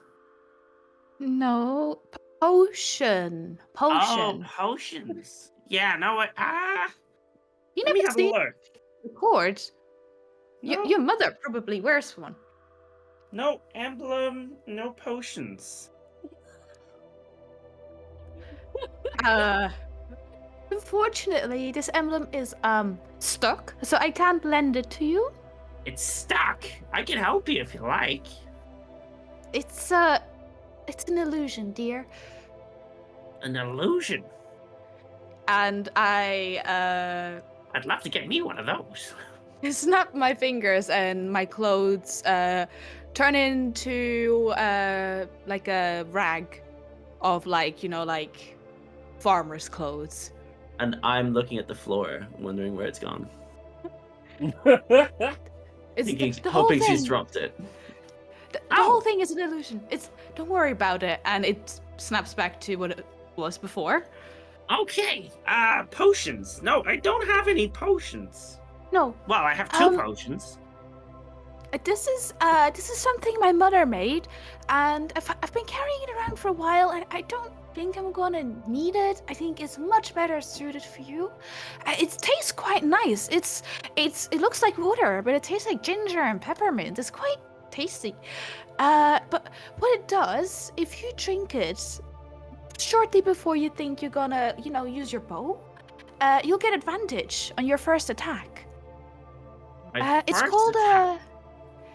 yeah. Okay. For the first minute, it's called Potion of Sniper's Brew. Potion of Sniper's Brew. Interesting. Sounds delicious. I like ginger. I just don't know if there's any space in here with all the diamonds. I mean, sparkly things. Diamonds? Yeah, sparkly things. I like to collect shinies. Who sure it's a would be good in idea? earshot of that conversation? Sebastian's too busy looking at himself and his silvered hand mirror that he's got in his hand. So I don't think I'd be paying attention. I think I'm still chilling with my bro fuzzles. May's pretty perceptive, Yeah, I think May would be done with her meditations and and I just think May is look around keeping the an camp. extra interest on potentially things that, On Clover, yeah. that Clover has taken. You hear the word diamonds. You Sure, know, they're treasures to me in a way. Are you sure it's a smart idea to travel? I don't even know. Your bag looks pretty full. How many have you got? I've got quite a few things. I've got some spoons. I've got a ring or two. Some charms. Yeah. Little knickknacks, you know. Right. But there's space for a potion. If you are still handing over that emblem, potion. Yes, Clover, you can have the potion, but I really think you maybe should give some of those diamonds to that lovely bag of Sebastian's. You know, I don't know where it's more safe. I don't know what a diamond. What's a diamond? No, I don't know what it. Anyways, thank you for the potion. Okay. Inside check. So May yeah, will, roll an will also insight come check. closer and Can I'm I also get a gonna, deception? Can I yeah. get a deception, please, from? Yeah. can I also roll the insight? That one. And that one. Oh well. Yeah. So everyone knows that you're lying. Okay. So, what? Clover, I couldn't help but hear you guys talk over diamonds quite a lot. Where did you get those? Diamonds. Oh, I came across these not too long ago, actually. Yeah, I think we went to go buy some, as far as I remember. What? Where You did guys buy still know those this is a exactly? lie. It was a natural Yeah. one. You're gonna know that he's lying for a little while now. I mean, do you guys want some of my diamonds? I could give you a diamond. It's not ours to take. I just don't think it's a good idea to travel with that amount in your raggedy bag. I keep all my possessions on me, you know. So this is Well- just the way Clover does it. How many Well, diamonds Clover- does Clover have again? 6. Um, But at the moment, they don't know that. Yeah, Clover, you know, it's not so much about us wanting to have some of them. It's more like, how did you come into possession of them? I've just, inheritance is a thing, right? You can still tell he's You lying. have Yeah. like 30 siblings. No, At this point, the rest of the party seem to come together, noticing there is a commotion going on. Oh, what the dickens is happening here? Nothing. Nothing. Clover seems to have found some diamonds somewhere along the city. Good job, Clover. They could come in real handy. How many did you find? You just a couple, Ah, well, don't look a gift horse in the face. That's what I say. Something you, said you didn't find them. I wouldn't mind trading them for some things, guys. If you want, I really like shiny things. I have a tendency to. I have things to trade. They have a Well, tendency to find me, How about we trade those diamonds for something important? Like I'm suggesting My your mirror. lives. I have this fine steel mirror. Yours, if you want it. And look, It's so shiny. Can I I do clean it myself. Can I just say, as much as I really love that you guys are trying to trade for diamonds, I think we're forgetting the main objective here. We gotta go see Tushy Matush, and we gotta get the stuff with him done. And I really think us sitting here for this amount of time is not very professional of us travelers. And I think I should be voted leader for that, as I can lead us to him. I agree, but I'll trade you for that mirror. And you know what, Finton? If you're gonna save my life, then I'll give you my other diamond as well. So there you go, guys. Now you've got my 2 diamonds. Make me a sleight of hand check, please. Me? Yeah. Ooh. Sorry, okay. yes, I keep forgetting to do that. Paddy, if you could please make a sleight of hand check. 16. 16. Cool. I will say that for the sake of this, you're able to conceal the rest of the diamonds. I would think like everyone. to point out, my passive is 17. Oh, I in that. got 20 on my passive perception, by the way. Oh, right. Cool. In that case, no. You are both aware that there are another 4 diamonds in that bag. Well, trade's a trade, good friend. Luckily, I always bring a spare, and I pass you the mirror. And I obviously exchanged the diamond. You know, Clover. I- Just for the future, I share glance at May, and I just like, share the things that you find. I mean, how do you guys know I found them in the first place? I don't even remember where I got them. Inheritance, right? Yeah, exactly. Which was a very clear line, my dear. But, you know, just keep out of trouble. Hey, Your it's been a family while. will appreciate it. speaking of inheritance, Finton, Mm-hmm. I believe you'll have more use than I. Yeah. And I give you the diamond. Thank you, thank you. Just so you know, guys, I won't use them to sell them. These can actually bring you back to life in case you are dead. So keep me alive, and I will try to keep you alive. Fair deal, right? Hi, because you're to the gods and stuff. Yeah, holy teachings, blah blah blah blah. You know. I take a deep bow, like a courteous Your bow, saying, sword burns your thigh as you say bloody bloody blah. Ouch. Is there a god of cleaning? Probably. I have not yet seen the holy texts, but Make probably. me a religion check. It'd be funny because it's not that high. So just so It's we're a 7. clear, Finton, you, You have 3 don't diamonds. know. Sorry, what was that? I was Oh, just, 3. Okay, cool. 3 diamonds are in Finton's possession. 3. You are Did you you get are us 2? He bought unsure. one. Ah. You know that there's not a direct god of cleaning, but you don't know which god cleaning would kind of fall under. If we ever find a god of cleaning, I will serve that god to the day as I die. Well, Grendel, I heard stories about beings worshipped that much that people raised statues in their name, so they ascended to godhood. Oh, could I be? Maybe you can be that person. Everyone praise me. I am the god of cleaning, and I will smite anyone who's dirty. Well, maybe not use the word smite and actually get them to follow you, not in a bad way, but be nice to them if you want to follow it. Listen to my teachings. You will clean. As someone that likes to keep a good appearance, call me a worshipper, Grendel. Oh, this is why. There might be something wrong with your tent, oh gracious follower. If you're looking at the tent, it's already in tatters. Like, it already happened.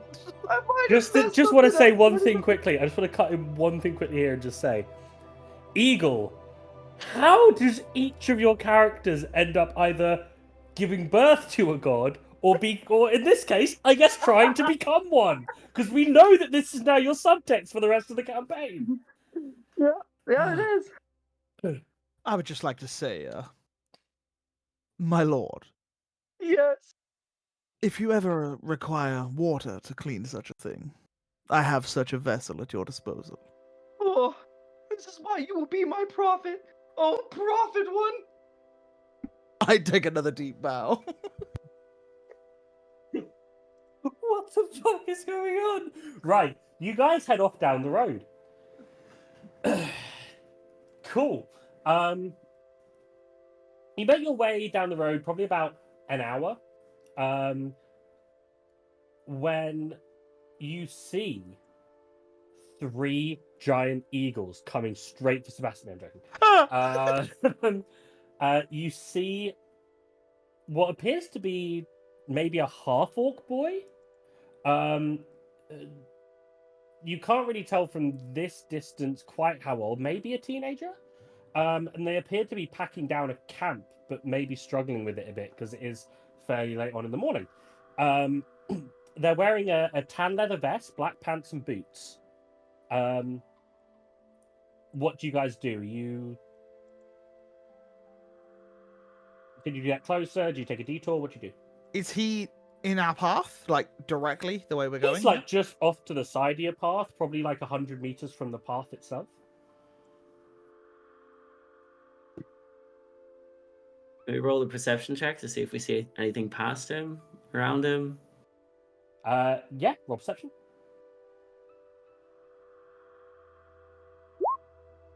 27, Okay. not 20.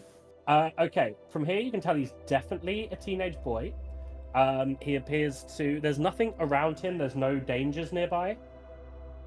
He appears to be kind of packing his stuff down, but maybe is a little bit untrained in this kind of thing.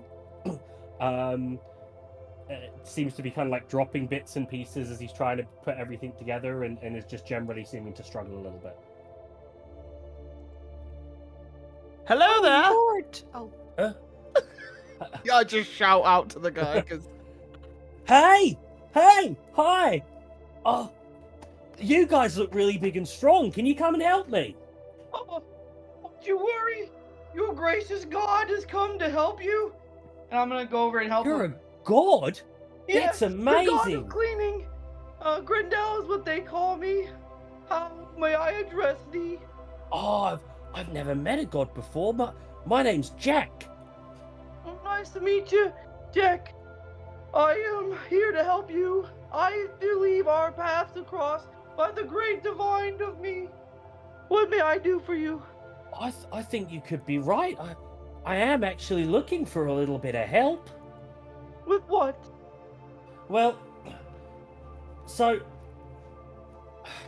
my family, they're really, really poor. Oh, And there's this really nasty giant called, I think his name's Goob Magoob. And tush matush, got it. Tushmatush, is that his name? That would That's make his sense. name. He's a bit of a butt.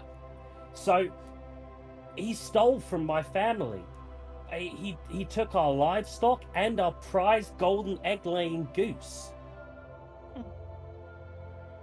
See, We're the only half-orc family for, I don't know, maybe in the entire Feywild. So the other people around, the other farms around us weren't too keen on giving us any support, even though Tushmatush seems to steal from them as well. So I'm going to try and take my family's stuff back from his home. My parents are probably real worried about me because I snuck out without telling them, but I can do this. I'm gonna go and get my stuff back, and I'm Young gonna get man. Henrietta as well. young man, allow the God of cleaning and his companions to be of assistance to you on this gracious day. You stay out here and keep yourself safe and allow me to go confront Lord Badush and dispatch him. Sorry. You- Did you you're- say your name was Jack? Yeah, my name's Jack. And you said a golden egg goose? Yeah, it's my family's golden egg-laying goose. Her name's Henrietta. Henrietta. Sounds familiar. You guys know anything about a Henrietta? wait a minute, Clover. Did you hear the second part? A golden Jack? egg. A golden egg laying goose. I do Golden like goose. eggs. No, shiny golden Ooh. eggs. Oh, of Aha. course! Yes, of course. Could be really shiny feathers that So- the duck has, or goose. Really good. So, Mr. Godperson, are Yes. you gonna help me? Like, maybe if I if you guys are gonna go fight him or whatever, like you said you would bring him down or something, then maybe while you're fighting him, I can go and steal my stuff back. Well, I don't mean Man, steal, but I mean get it I back. believe you should wait outside the place and let us deal with him. And then once he's gone, you can come on in and get your stuff. Okay, well, can I come with yous? Oh, of course you can, my loyal follower. Actually, Jack, I was wondering if you knew where, what was it Gooch Magooch is? Oh, you mean Tushmatush? Tush, yeah.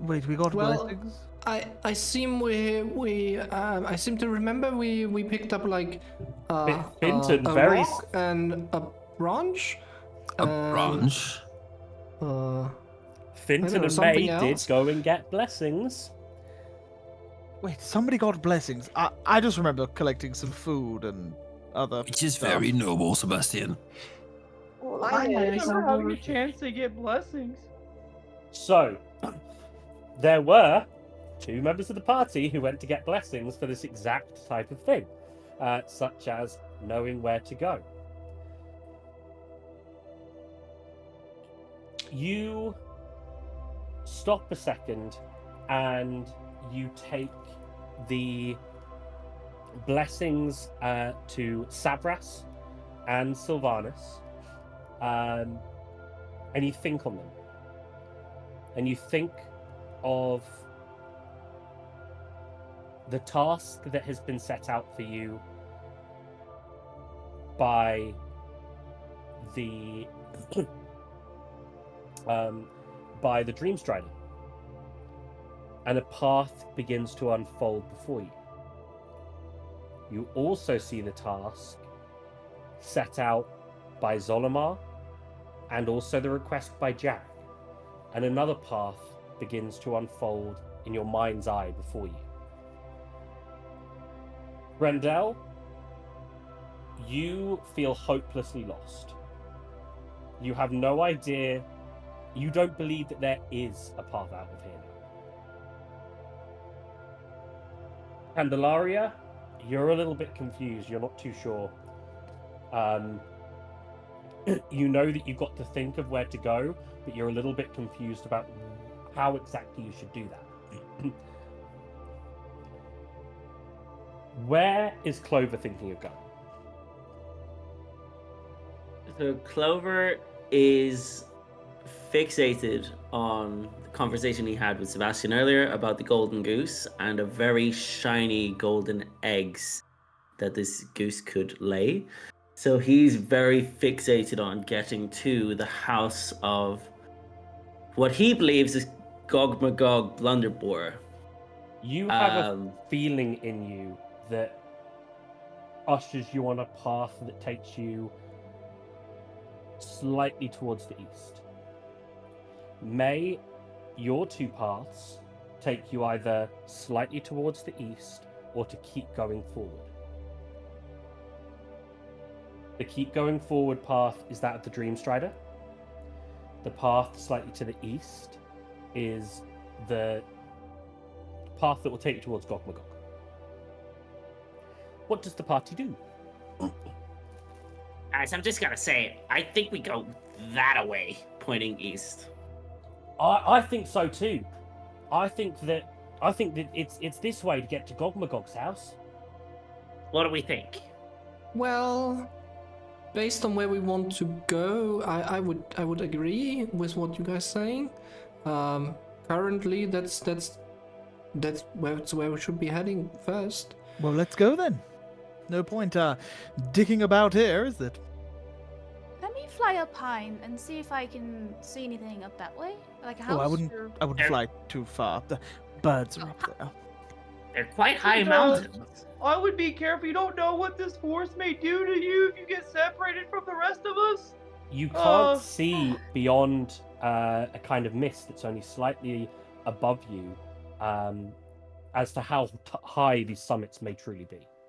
Grendel, You can give it a go if you want to fly up there. Grendel, we're in a mountain, not a forest anymore, buddy. Oh, I know you look really lost right now, but yes. mountains. I'm sorry. I just got a vision of a forest later, so I was just thinking through that. I would be careful flying up in case you get lost. You don't know what this mountain would do to you. I don't want you guys get lost and lose your way to me. My shining light can only go so far. If it's very foggy, then I would know that there's no point in flying up. You don't know how long it'll take for it to break.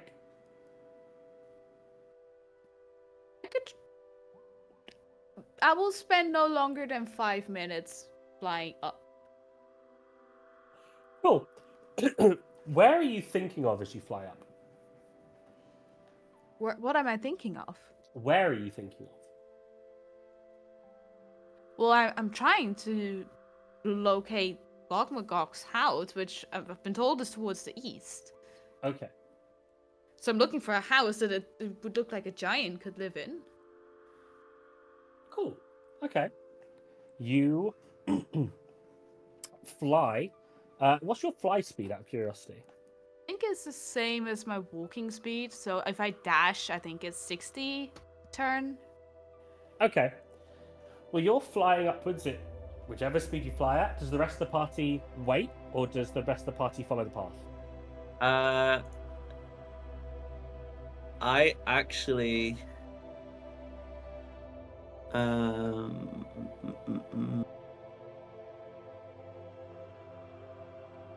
never For how long? never mind. For how long can May still see Aurora going up? Within within With that a passive few, perception of like.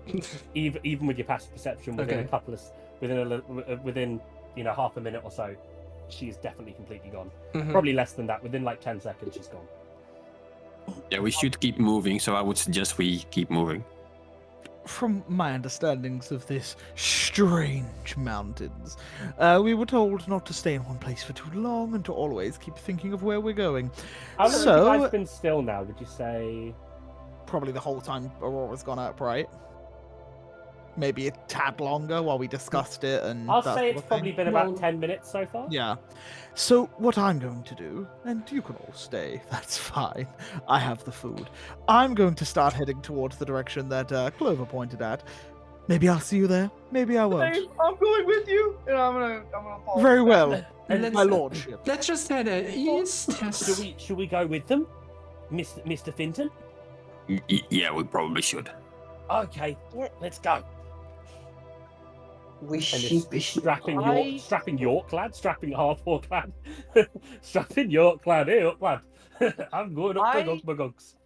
I pull out the orb of eavesdropping Right. that I have. Yeah. I don't know what this does, but I was told it eavesdrops. So I'm going to think of. I'm gonna think of. I'm gonna think of Aurora, and I'm gonna try to eavesdrop on her. Do you have the details for what that does? Because I don't remember off. I don't have it to hand. It's in my DMs. I can look for it. You didn't really tell me what it does. You said I got it. Let me just find it in the DMs. And while we're walking, to keep people on track. It does. I'll- I've written exactly what it does here. As long Oh. as it's on the same plane, the bearer can hear through this item as if they were present. So you take your orb of eavesdropping out, Yeah. and you try to listen. You try to listen through the orb of eavesdropping. Yep. And you're listening. Does anyone say anything? I was going to say, to try and keep people on track, because obviously it's quite foggy, I pull out my short bow of the War Leader, and as I'm walking, I amplify my voice by 3 times louder, and I'm just going, "Follow me this way! Yes, that's Sebastian speaking, your guide." You hear that through the A orb. voice from the future switching to me. Oh, Sebastian, I heard you. I literally turn around because he walked with me, so I'm like, "What?" Yeah, you in the future are yelling. In a Cool. frightened state. I You do are that a yelling lot. in a frightened state for people to follow your lead, or they will die. I don't know what exactly you're running from, my friend. My word, well, clearly I must be some sort of battalion leader in my future. You must be. Yes. Eventually, for all of you, the mist's clear. We'll say this is for brevity's sake. We'll say that Aurora, you arrived there slightly before the others, but you are all finally here at Gogmagog's home. Has that screen changed for everyone? Mm-hmm. Fantastic. You find yourselves, as the mists around you clear, standing in front of this lodge built in to the woods. This is a bit louder. There we go. What do you all do? Guys, Aurora? Is that you?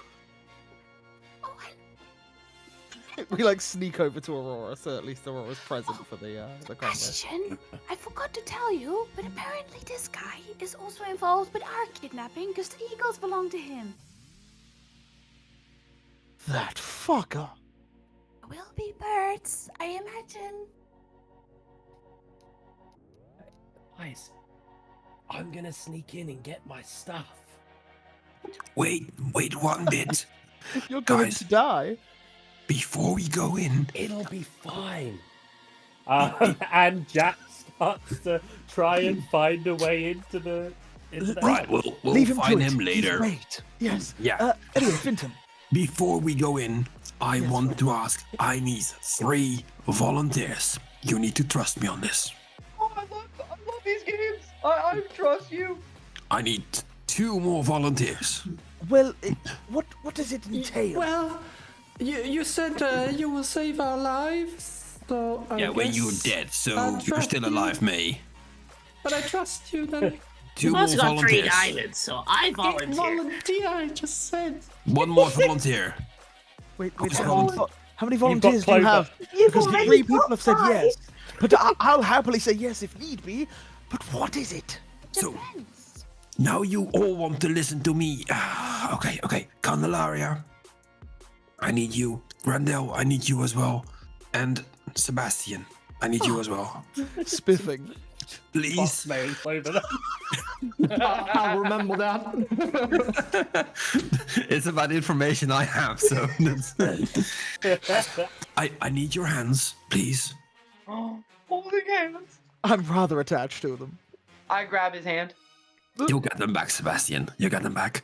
And while I'll put some white cloth on those 3, I'll cast the spell Aid. While he's holding that seance, Okay.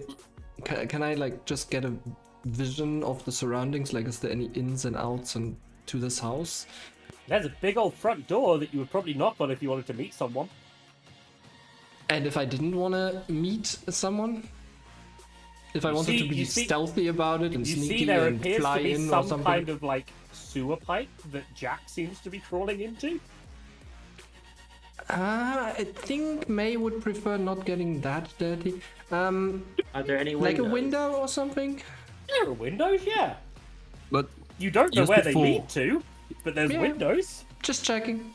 just before we go, we forget and before Seb brutally interrupted me.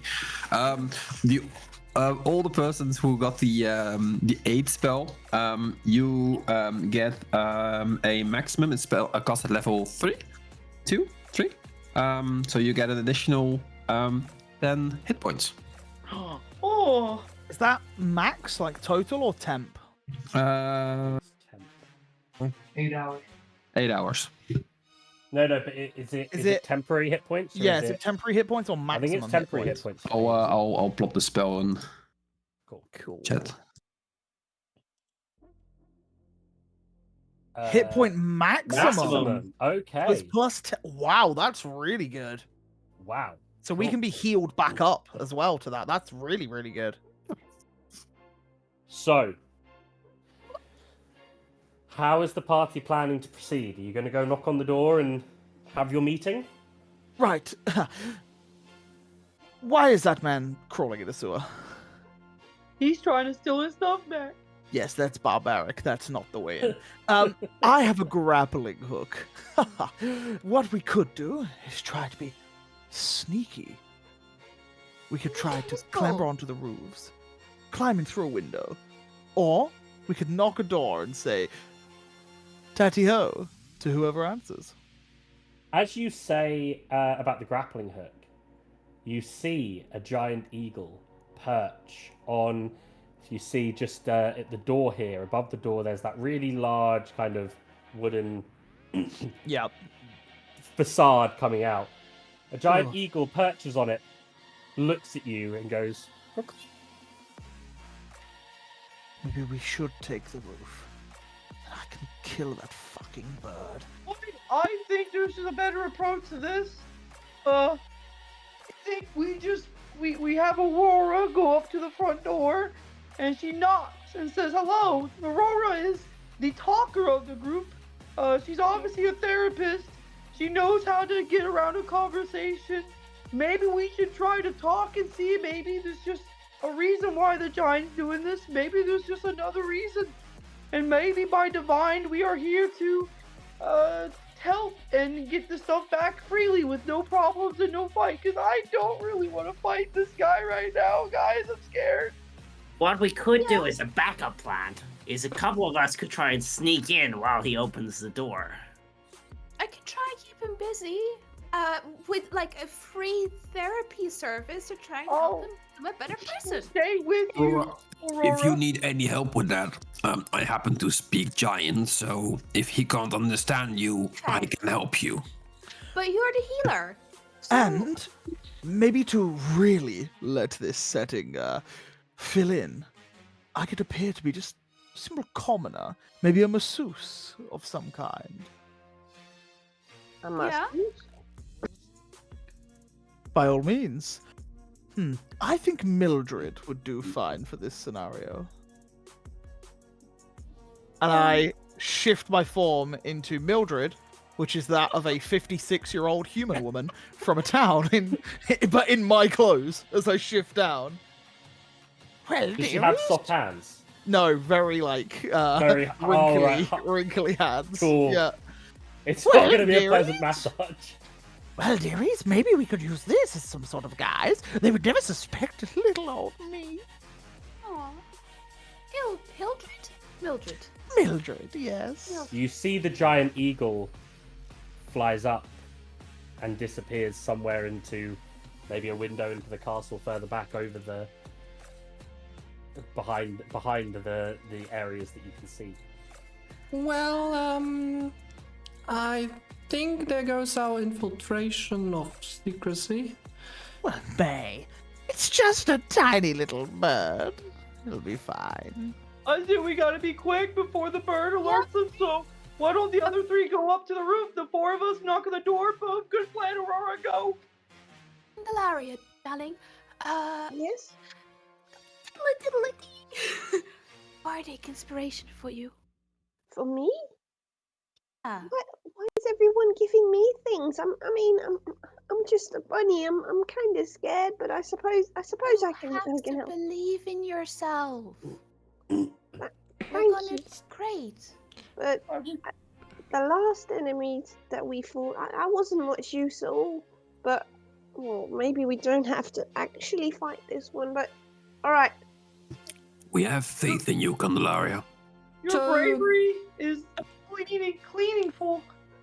So, Clover. Very quickly before we do anything, Clover, seeing Sebastian go with the masseuse option, pulls out his mask charm and also pins it into behind his ears, into his hair, and casts disguise self, which is what it gives you to disguise himself as another female commoner masseuse as well. So there is now two.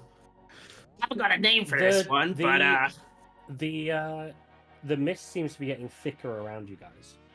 I should probably get Let's moving. go. Let's go, Aurora. Lead the way, dearie. Okay. Who's going infiltrating? Is it Candelaria and May? We're all going. Just go.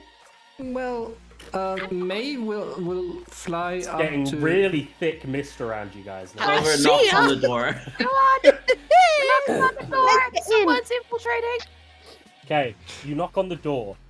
The door creaks open. Did anyone try to infiltrate? Well, I was gonna fly up to a window, yes, stealthily, and try to get in somewhere. Yeah. As you try to go up to the window, you are you see the window that you're going for. You see a giant eagle land at it and stare at you.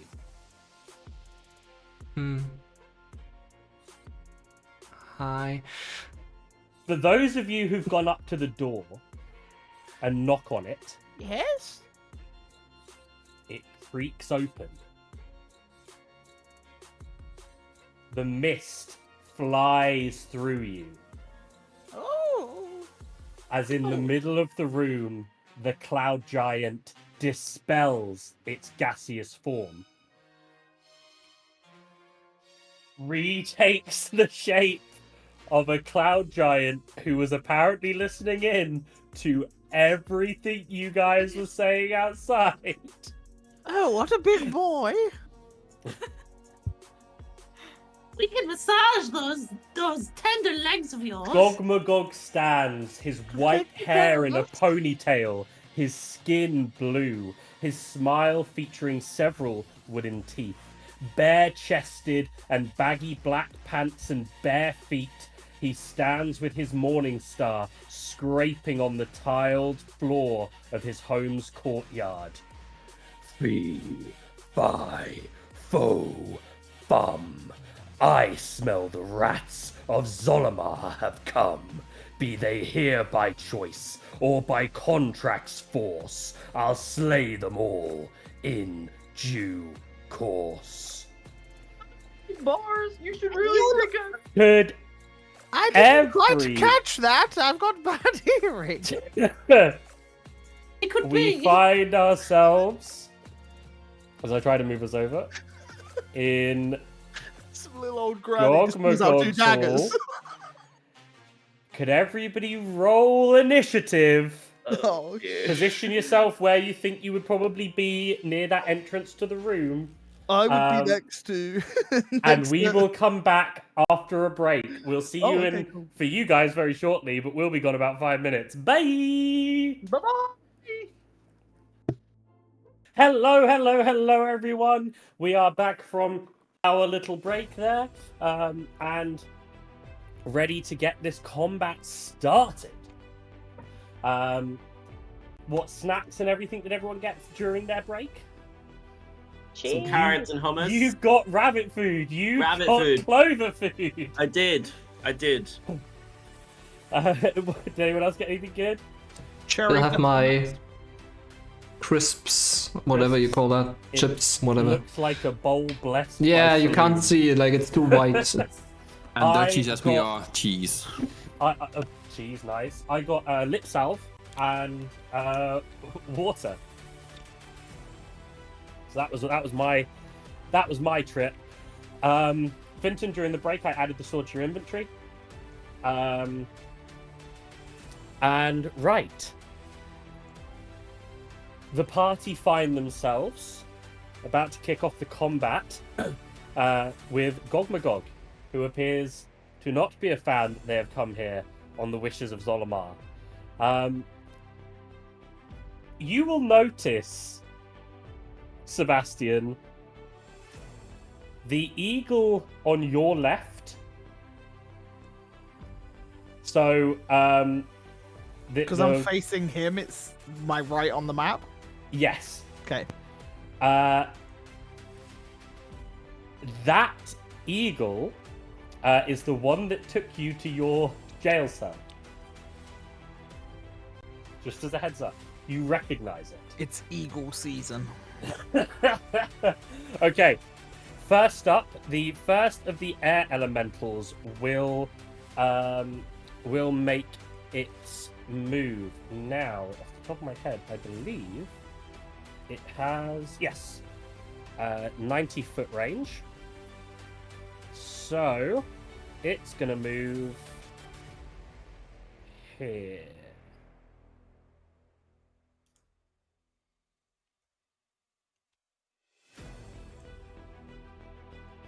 It doesn't want to move here to get the most. Yeah, it'll move here to the two closest to it. And it's going to use its whirlwind ability.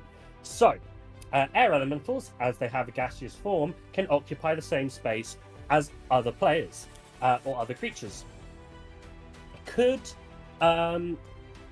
the two people in this space, Aurora and Sebastian, please make a strength saving throw for me, please. Not good at those. Strength? Strength saving throw, please. Yeah, 20. Is it considered a grapple? No.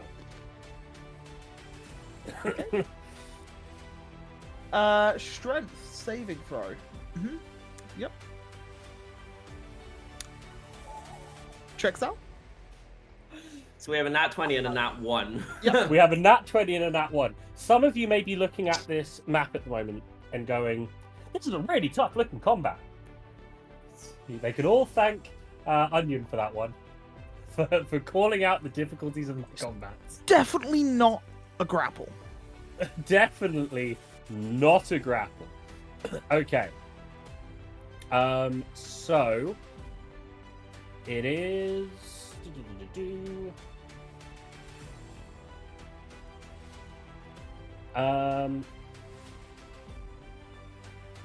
So I need to roll.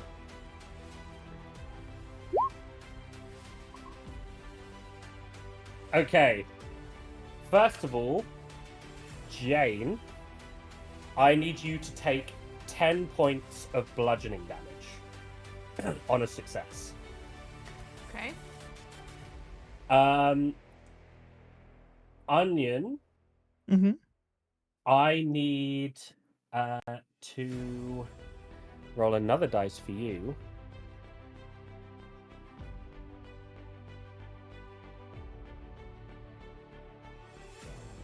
Okay. Here we go. So here. Oh. Well, that And helps you me. take.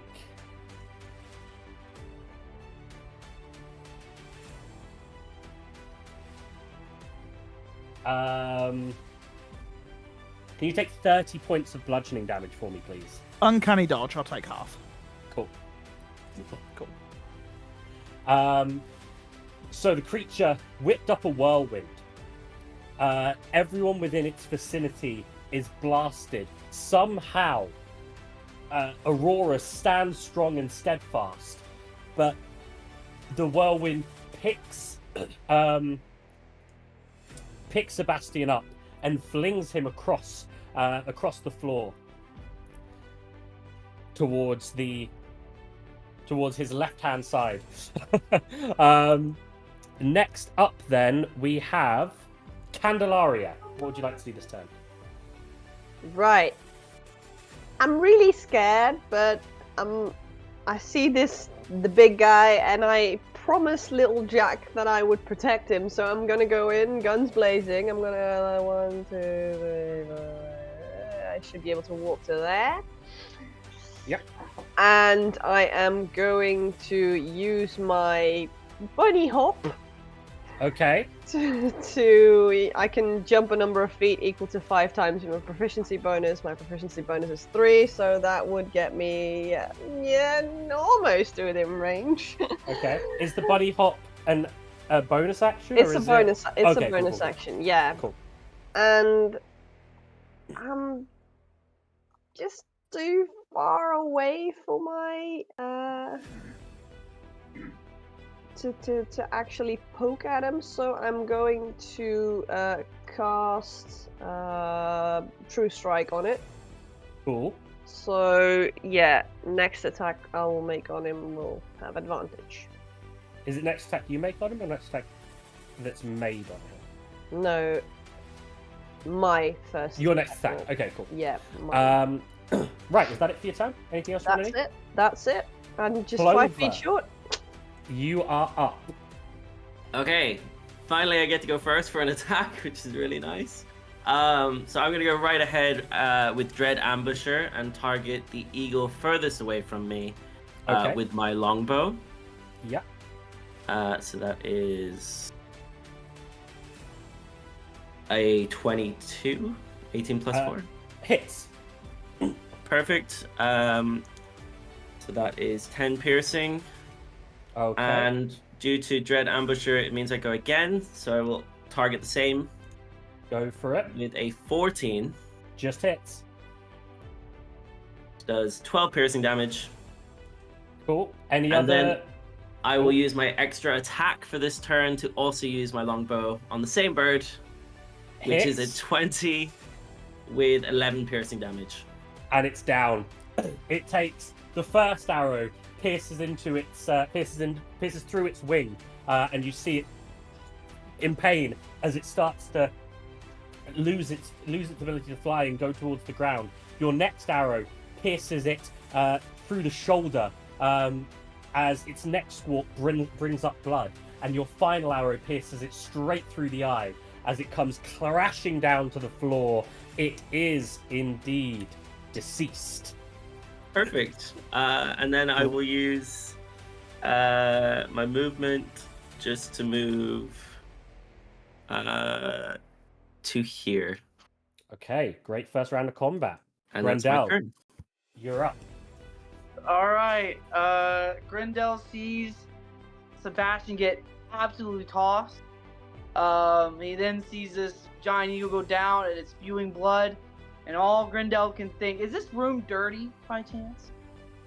It's a bit dusty. It's not horrendously dirty. Oh, that's but- enough. Grendel is pissed that the room is dirty. So I will go into a rage. And in my rage, I see the big man ahead of me. He's the biggest dude in the room. And I want him. I don't care about these small things. I want the big dude.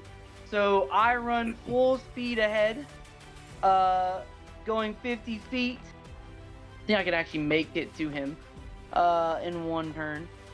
That's 15, 20, 25. Yeah, I can. Yeah, 35, 40. Yeah, I make it there. So I get right up here to him. And with my great axe now in a rage, I will go for a strike at him. Go for it. With my rage and my great axe, my +1 great axe. I don't know if Plus one rage great was... axe. Cool. So that was was that an 11 to hit, or was that It's 11 to hit. 11 to hit? Misses, unfortunately. Okay. Been a while. Yeah, I take the attack action so I can make another attack. Go for it. I'm gonna make this one a reckless attack. Okay. Because I am now mad that I just missed that. So this will be an Roll with advantage. advantage. I really want to hit him. 14 just misses. You make contact, but your axe it gets like a glancing blow, and you kind of scrape down the side of him, but it sticks to his armor. Doesn't unfortunately go through at all. Alright, I just give him a smirk. Cool. That's all I can do. He smirks right back at. Oh wait, no, I was looking at the wrong card. Sorry, a 14 exactly hits. Roll damage. Oh. My Oh, that apologies. was great. I was looking at the wrong AC. 8 damage. 8 damage. Okay. 8 damage. Yep. Let me see something. I think I might actually be able to do something else here. Okay. You've bonus actioned and moved, right? Yeah, move, bonus action, yeah. So that's it for your turn. This doesn't say if this is a bonus action to do or not. What is it? Oh no, this is just when I take a long rest. Yeah. Because I've long rested, I have a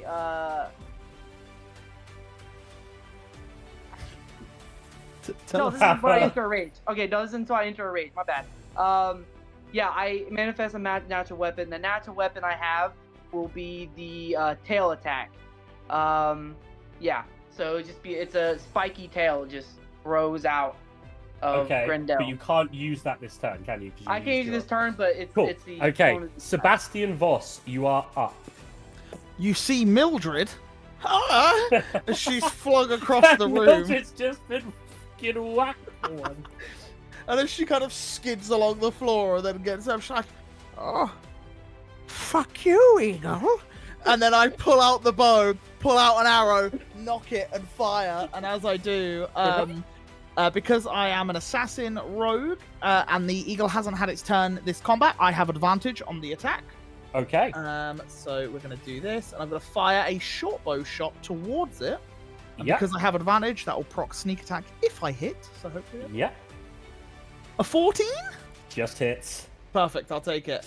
So proc sneak attack on that. AC 13. And I do 20 points of damage as I release that arrow towards it. Cool. It's looking rough. Have you got anything else you can do this turn? Oh, is it alive? It's still going.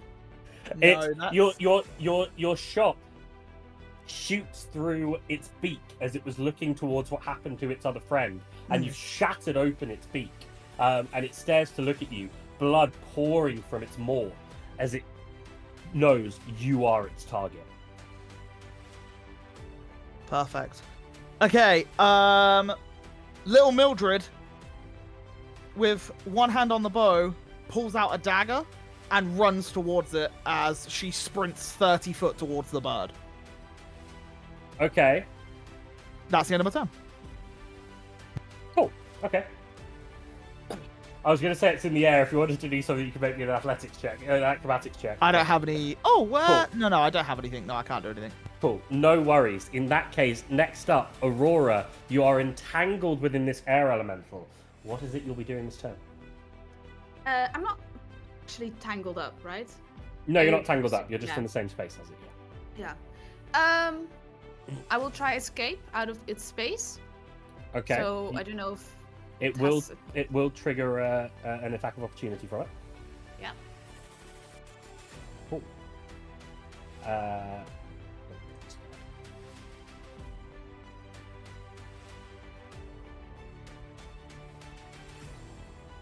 Hits. Does a 20 hit? Yeah. Okay.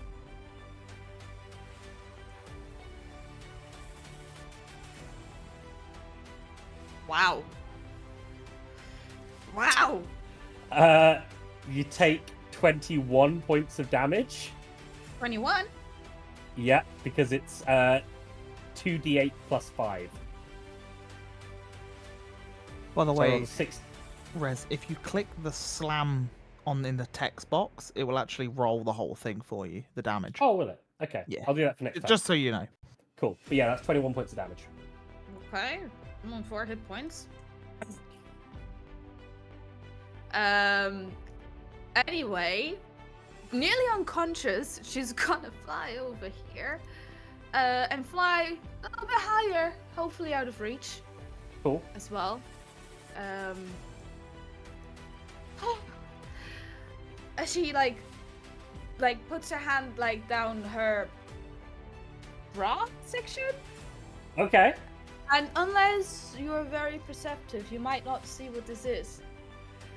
But she just summon me for help, and slams down a card of the deck of illusions. Okay. What's coming out from the card? I don't know. We have to do a bookmark.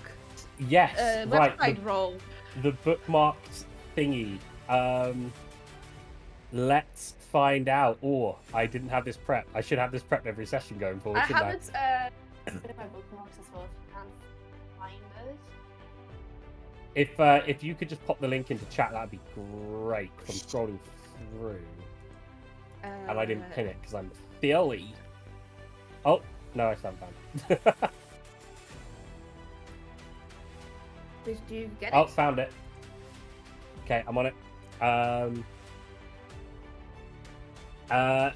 You draw a Queen of Spades, and the image of a Medusa appears.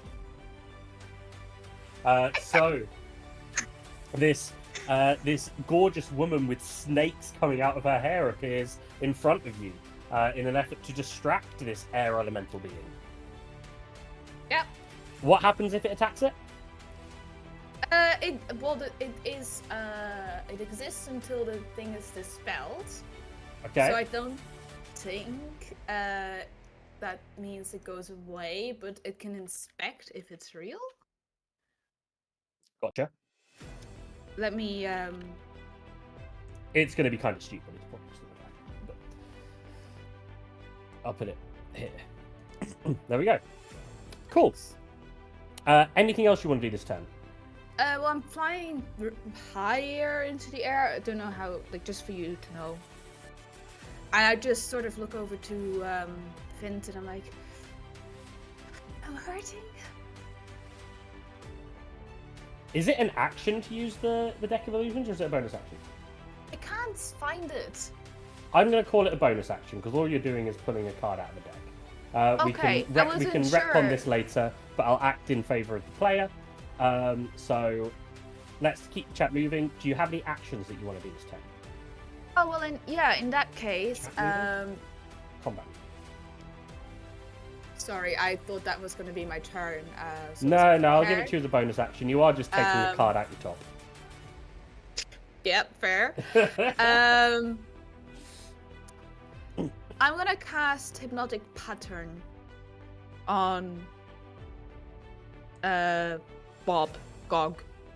Gog-mo-gog-boddy-dooba-dooba. Yeah. Yep. And what I need is a Wisdom saving throw. Wisdom saving throw from Goggly Googly Boots. Yeah.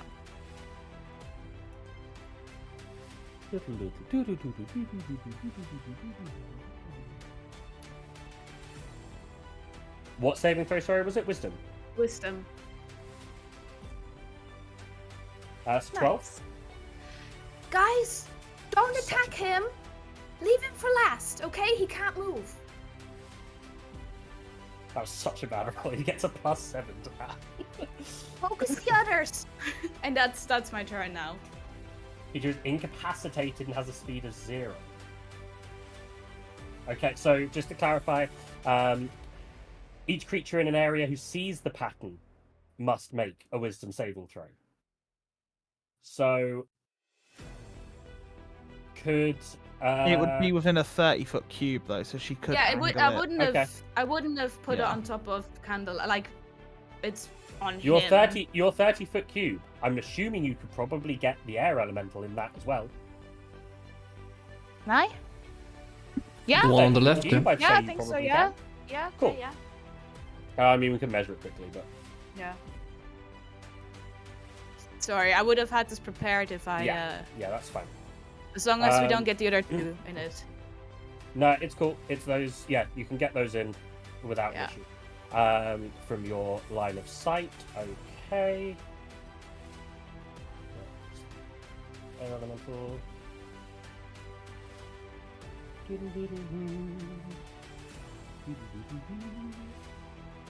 Wisdom, yeah.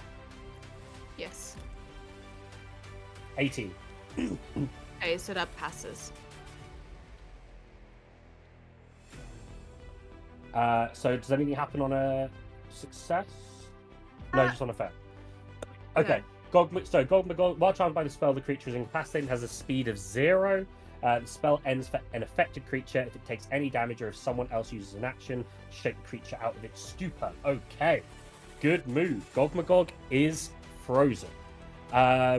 Right, next up is that air elemental, who's going to go over here and use its whirlwind ability on Candelaria and Grendel if they could make me a strength saving throw.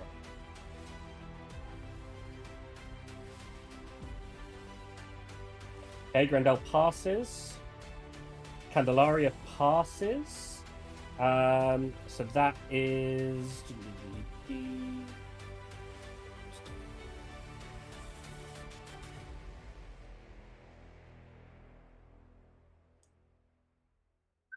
11 plus 2, 13 plus 6 points damage each, please.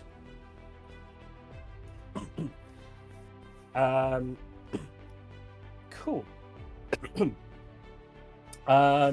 Next up, that'll be it for its turn. May, you're up.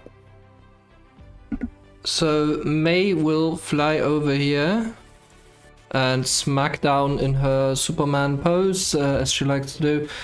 and just shout at the air elemental, "Leave my friends alone!" Okay. And for bonus action, I will then do the astral impact. Nice, go for it. DC 16 dexterity save for the air Dexterity. elemental. Okay. What kind of damage the astral impact? Force. Of course, okay. I believe it's force.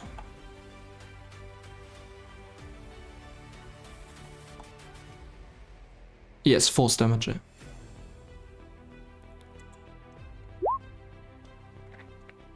Uh, 18. Yeah, so you're safe. You don't take any damage, and then for my actions, I will attack that particular air elemental. Go for it. Bum, bum, bum, bum.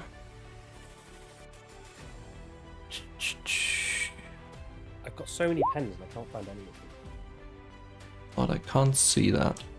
There we go. It's a 10. I assume 10 misses. 10 misses, unfortunately, yes. Anything else for you to do this turn? I will go with my second attack. Yeah, go for it. 28 and that 20. hits. 9 plus 6. 9 plus 6, 15 points of damage. Okay. And then can I add a stunning strike to that for another key point? Yeah, sure, go for it. What's the test for a stunning strike? Why do I not have that there? Con save. Con save. Okay.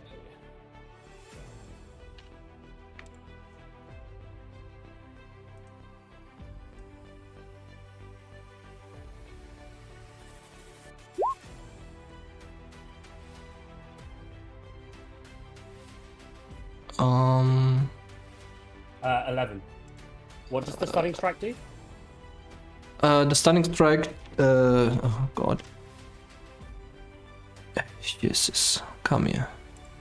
When hit, must succeed or be stunned until the end of your next turn.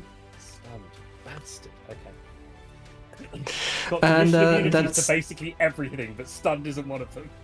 I'm so sad. Okay, it's Let me stunned. see. I was over here. 1, 2, 3, 4, 5. So I should have 4 more if I'm at 45 speed, right? Nine spots of movement, Yeah, sure. right? So since it's stunned anyway, 1, 2, 3, 4. Step there, and that's my turn. Cool. Okay, Finton, you're up. You've got a Yes. very injured friend behind the Medusa. Yes, who is like way up in the air. That makes it like a bit better than expected. So I'll move here between Aurora and the rest of the gang. I'll put out my sword, my shield, and also my holy symbol, and I'll present it while I use my channel divinity, preserve life. Okay. Basically, as an action, I present my holy symbol and evoke healing energy that can restore a number of hit points equal to 5 times my cleric level. Mhm. My cleric level is 6, so 5 times is 30. So I believe, if I calculated correctly, that Aurora is fully healed now. 1 point from fully healed. That's awesome. Nice. Oh, Thanks. And there you Fantastic. go. And unfortunately, that's like also directly the end of my turn because I have nothing left. No, that's cool. That's a very useful turn, I think. Next up, we have the Giant Eagle. Giant Eagle is going to make a...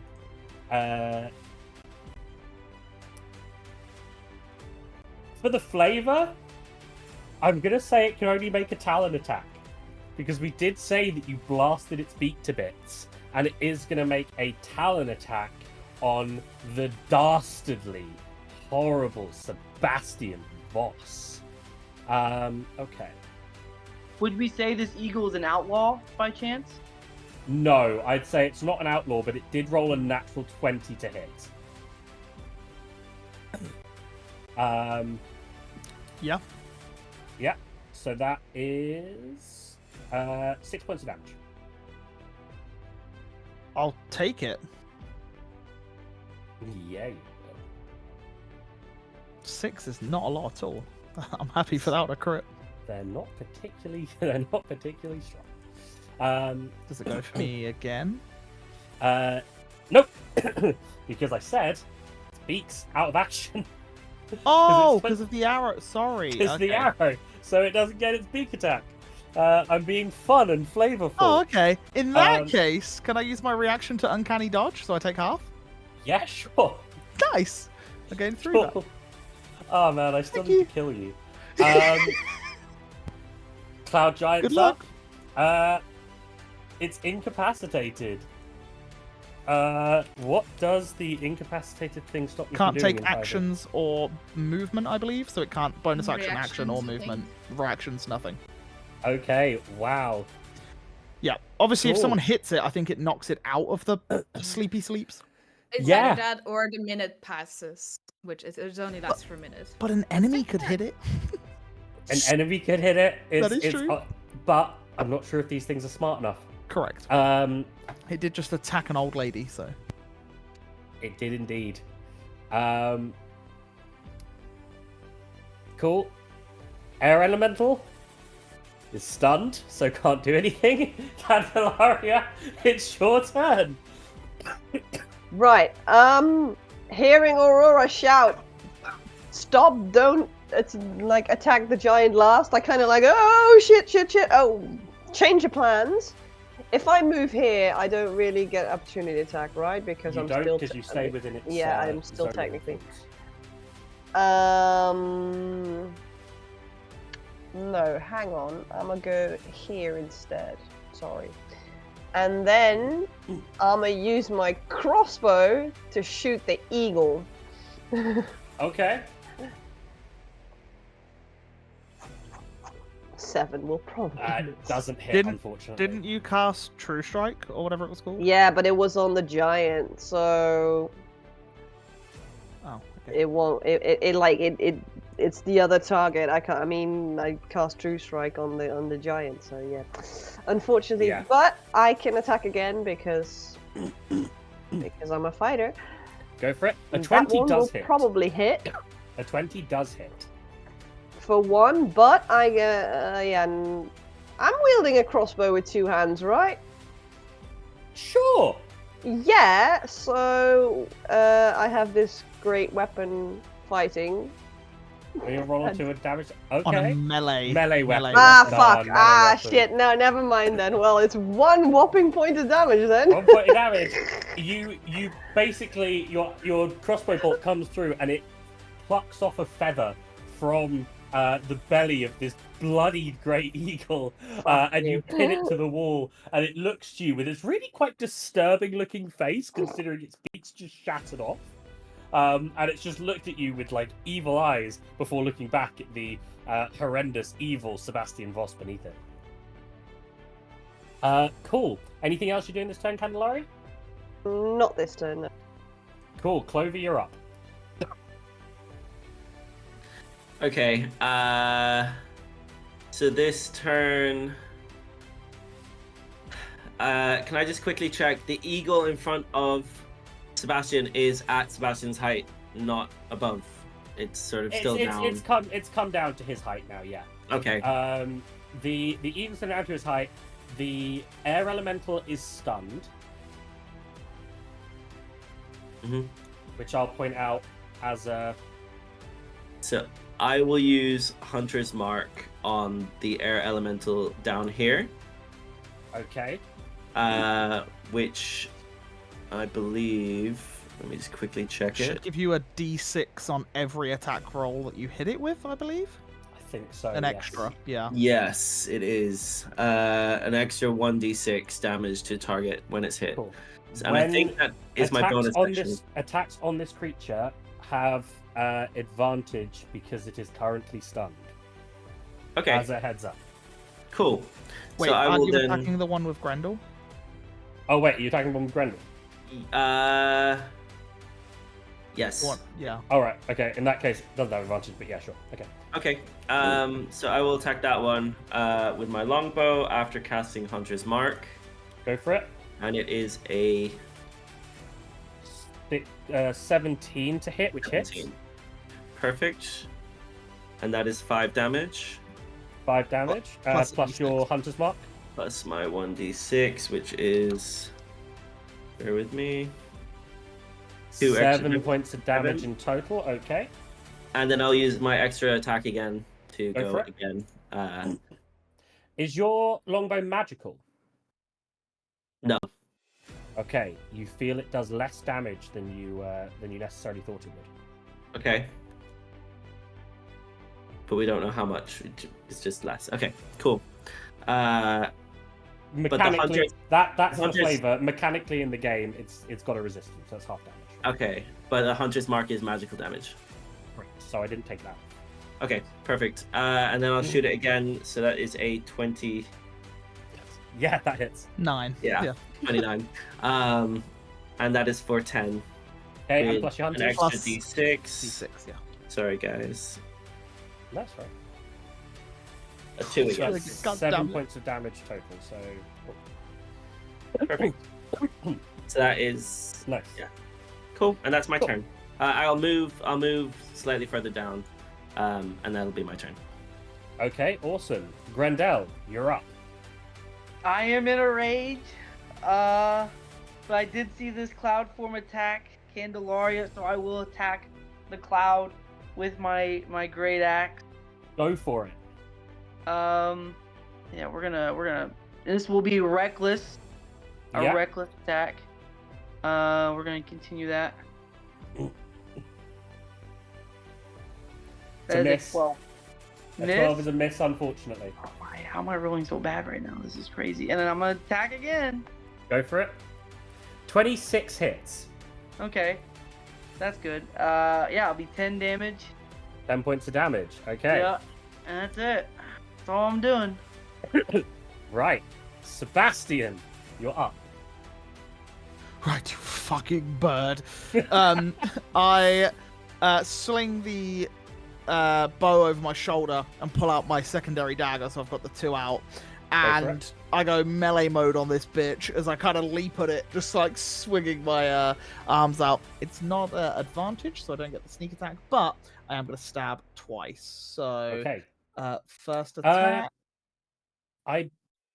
What are the rules with offhand as a bonus action. as No, long as I'm actually asking about May. May's spirit arms. Do they Yeah. would that technically put you, because of their extra reach, does that then put you in range of the eagle and give advantage to I'm pretty sure sneak It attack puts me has in range, to yes. be at 5 feet.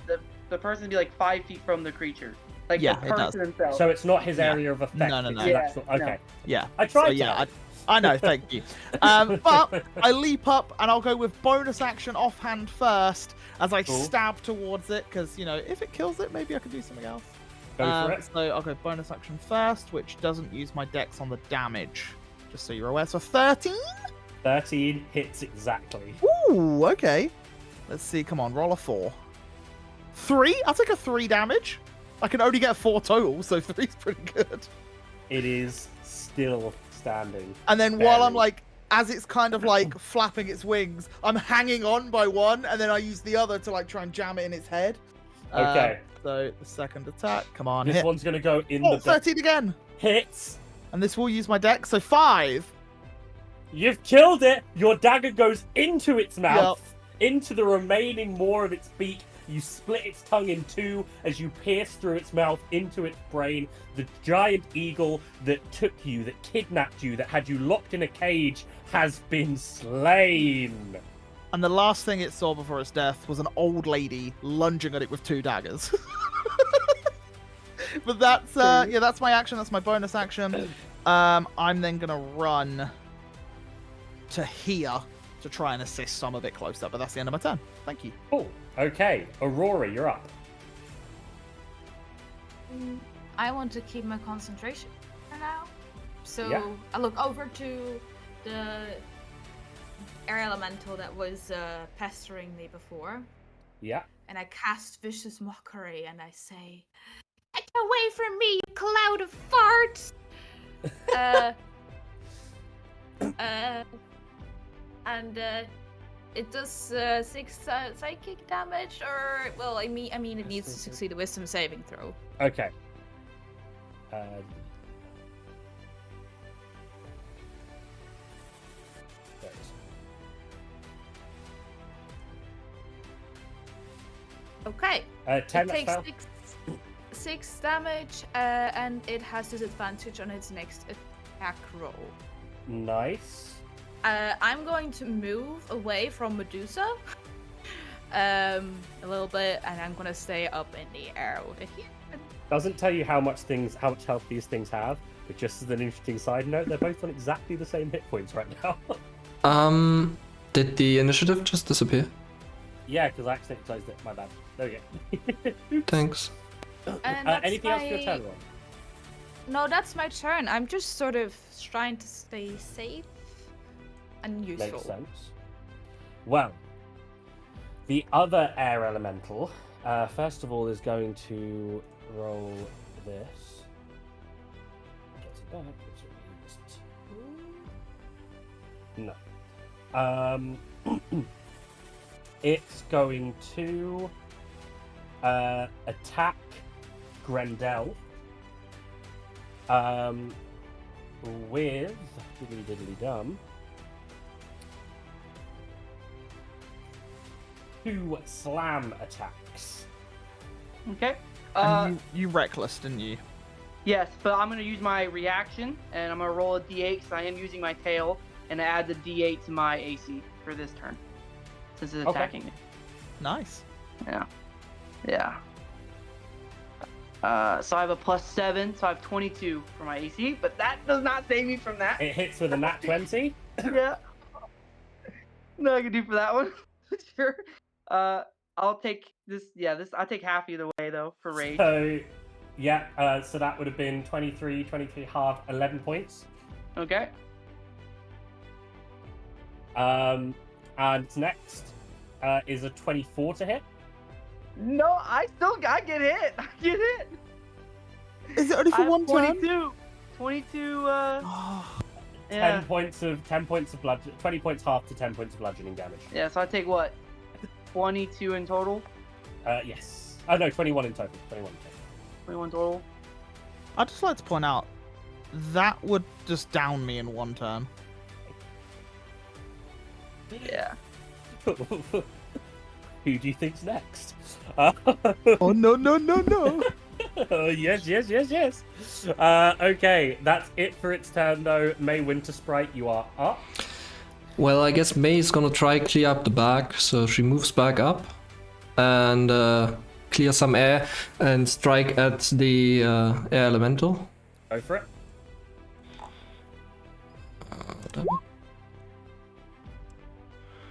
12. 12. Just misses. Oh no, it doesn't just miss. It misses. It misses. Okay. Then I will do the extra attack. Go for it. 20. Oh wait, you have What? advantage on this attack because it's stunned until the end of your turn, right? Yeah. Okay, in that case, we'll class that second one as your first. Okay. Your first attack. So Yeah. it's 9. 9 points of force damage. Okay. And I guess I Yeah. will do that Do another again. attack with advantage. Yeah. Oh, advantages. Let's click on that. 15. Just hits. Exactly hits. Lovely.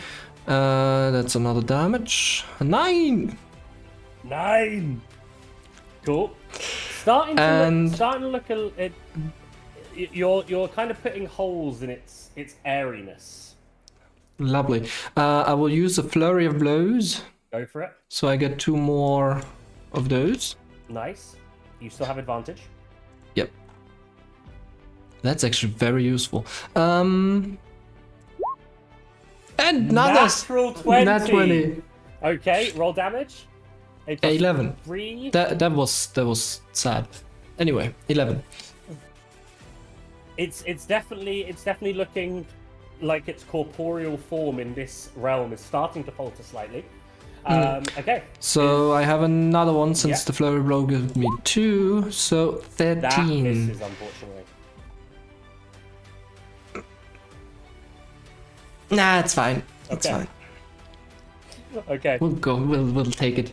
That's my turn. Okay, you did a lot of damage. You did 29 points of damage to it in total, which is not bad for a single round of combat. I love the force damage as well. It's like such a good damage type. Yeah, indeed it is. Do you see why they did so much last round? I'm just going to check with everyone. How good's everyone for going at the moment? Go for another 10 minutes, or? Yeah, I know it's getting on a bit, but I'm just checking that everyone's good. Okay, we probably won't finish the combat tonight, but we'll get to a decent point. Of course we will. Nice. Okay, well, Finton, you're up. Question for the M. If I make Goggy do a saving throw. Yeah, we didn't have Goggy do, so if I make him a saving throw, will it drop the spell? The spell will That Maeve drop or put on it? I believe it's if it takes damage, right? if So it it's like takes damage or if damaging someone thing. else uses an action to shake the creature out of its stupor. So that's like physical shaking him, like. Yeah, they'd have to use an action. So I think you can, as long as it doesn't cause damage, I think you're good. Okay, cool. In that case, I'll run to this spot. I'll take on my sword. I'll cut myself so I bleed a little bit as I cast Bane on 3 creatures in my area, which happen to be all the 3 creatures, and they Cool. have to make a charisma saving throw. Right, okay.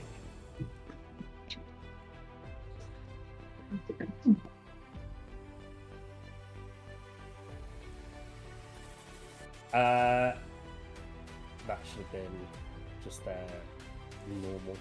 So we'll just take the first dice of those. It's a 12 and a 3 from the air elementals. What's the DC? Is it my DC or is it like the spell's DC?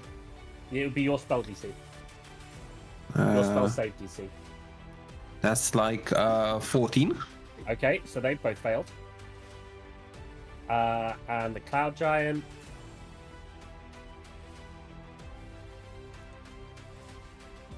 Roll the 7. Right. Cool. They're all affected by Bane. I hate you all so much. So what will happen is that they will subtract a D4 from their next or like their attack roll or saving throw. And that's the end of my turn. And is that just the next one, or is it every turn? Concentration for like a minute. It's a concentration. Cool. Cool. Great. I'm really happy about that. Nice. Thank you. You're welcome. Thrilled. Right. Is that the end of your turn? Yeah, it is. Yeah. Cool. Cloud Giant does nothing. Air Elemental is up. And the Air Elemental is going to... Oh, actually, first of all, I need to roll a d6. Doesn't get it. I can take that.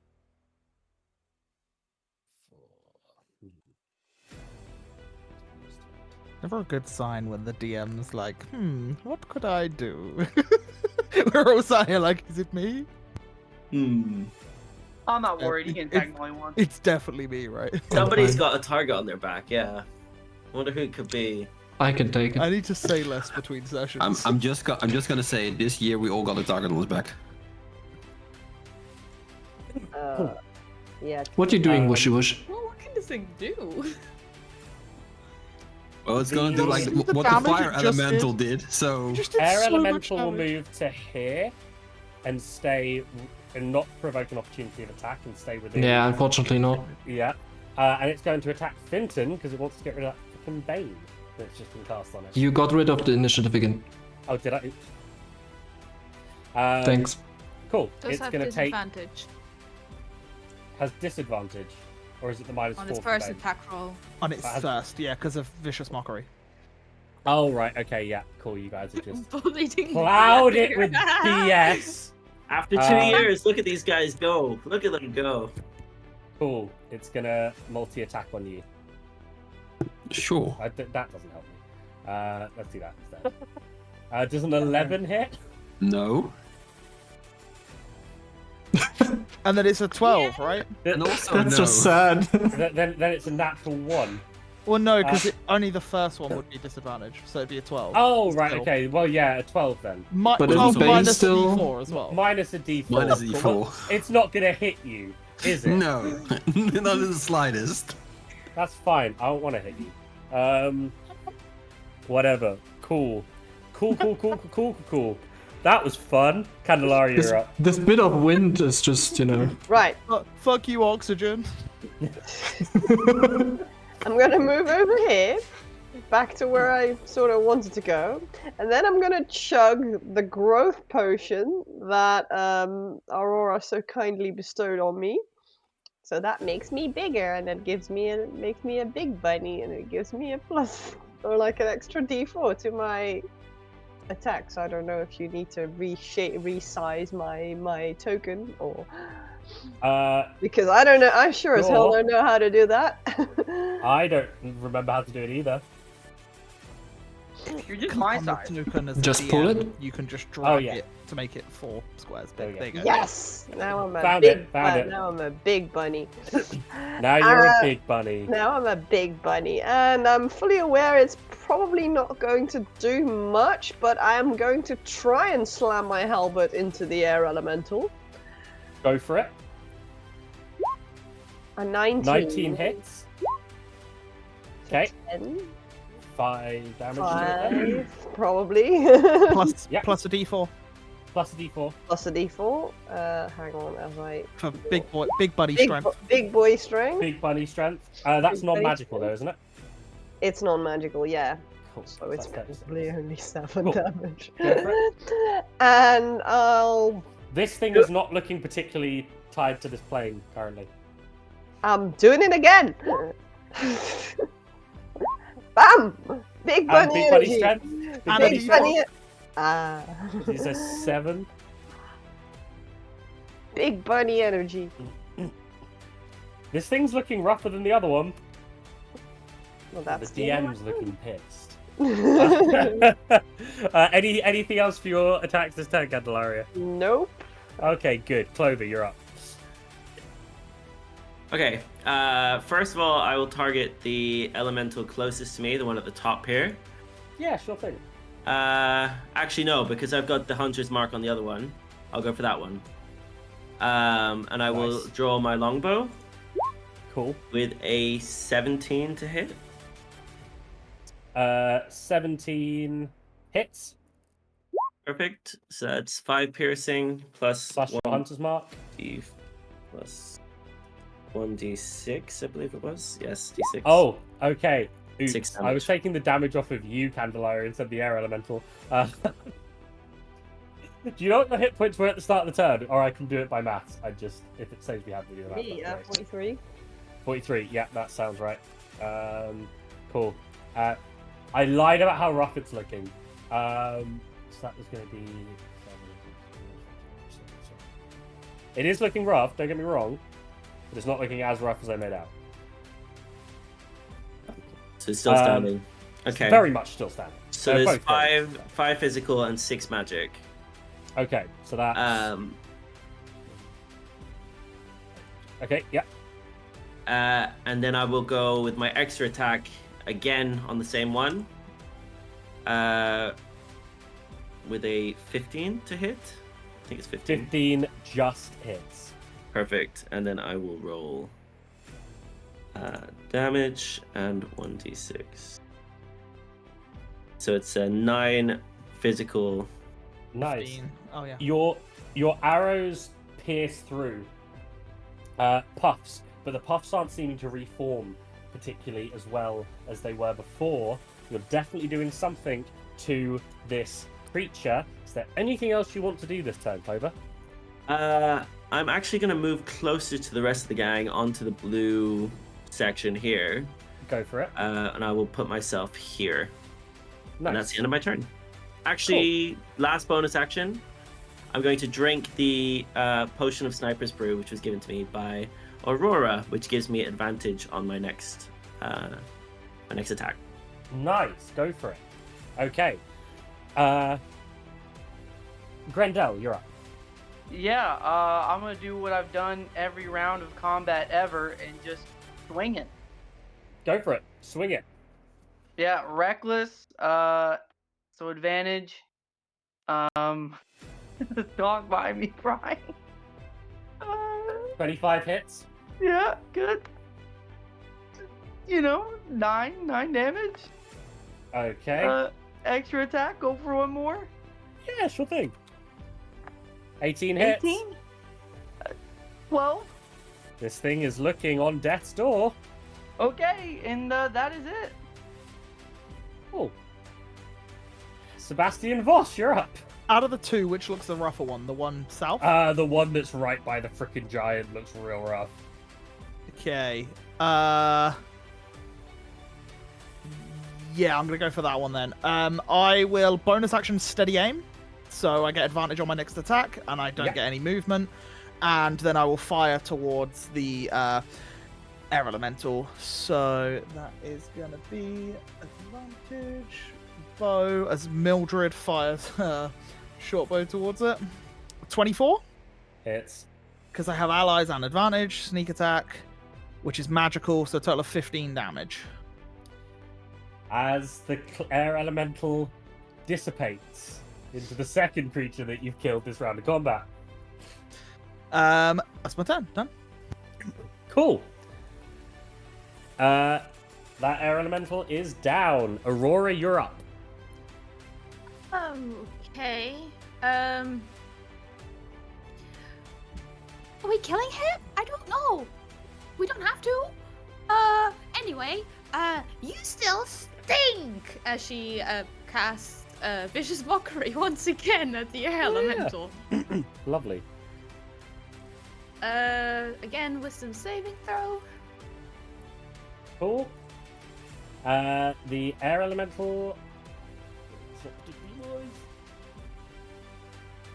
Yeah, fails. Yeah, that should have been normal. That would have been really great if it was the second one. But no, I rolled a 5, so I failed. So how much damage is that? 5?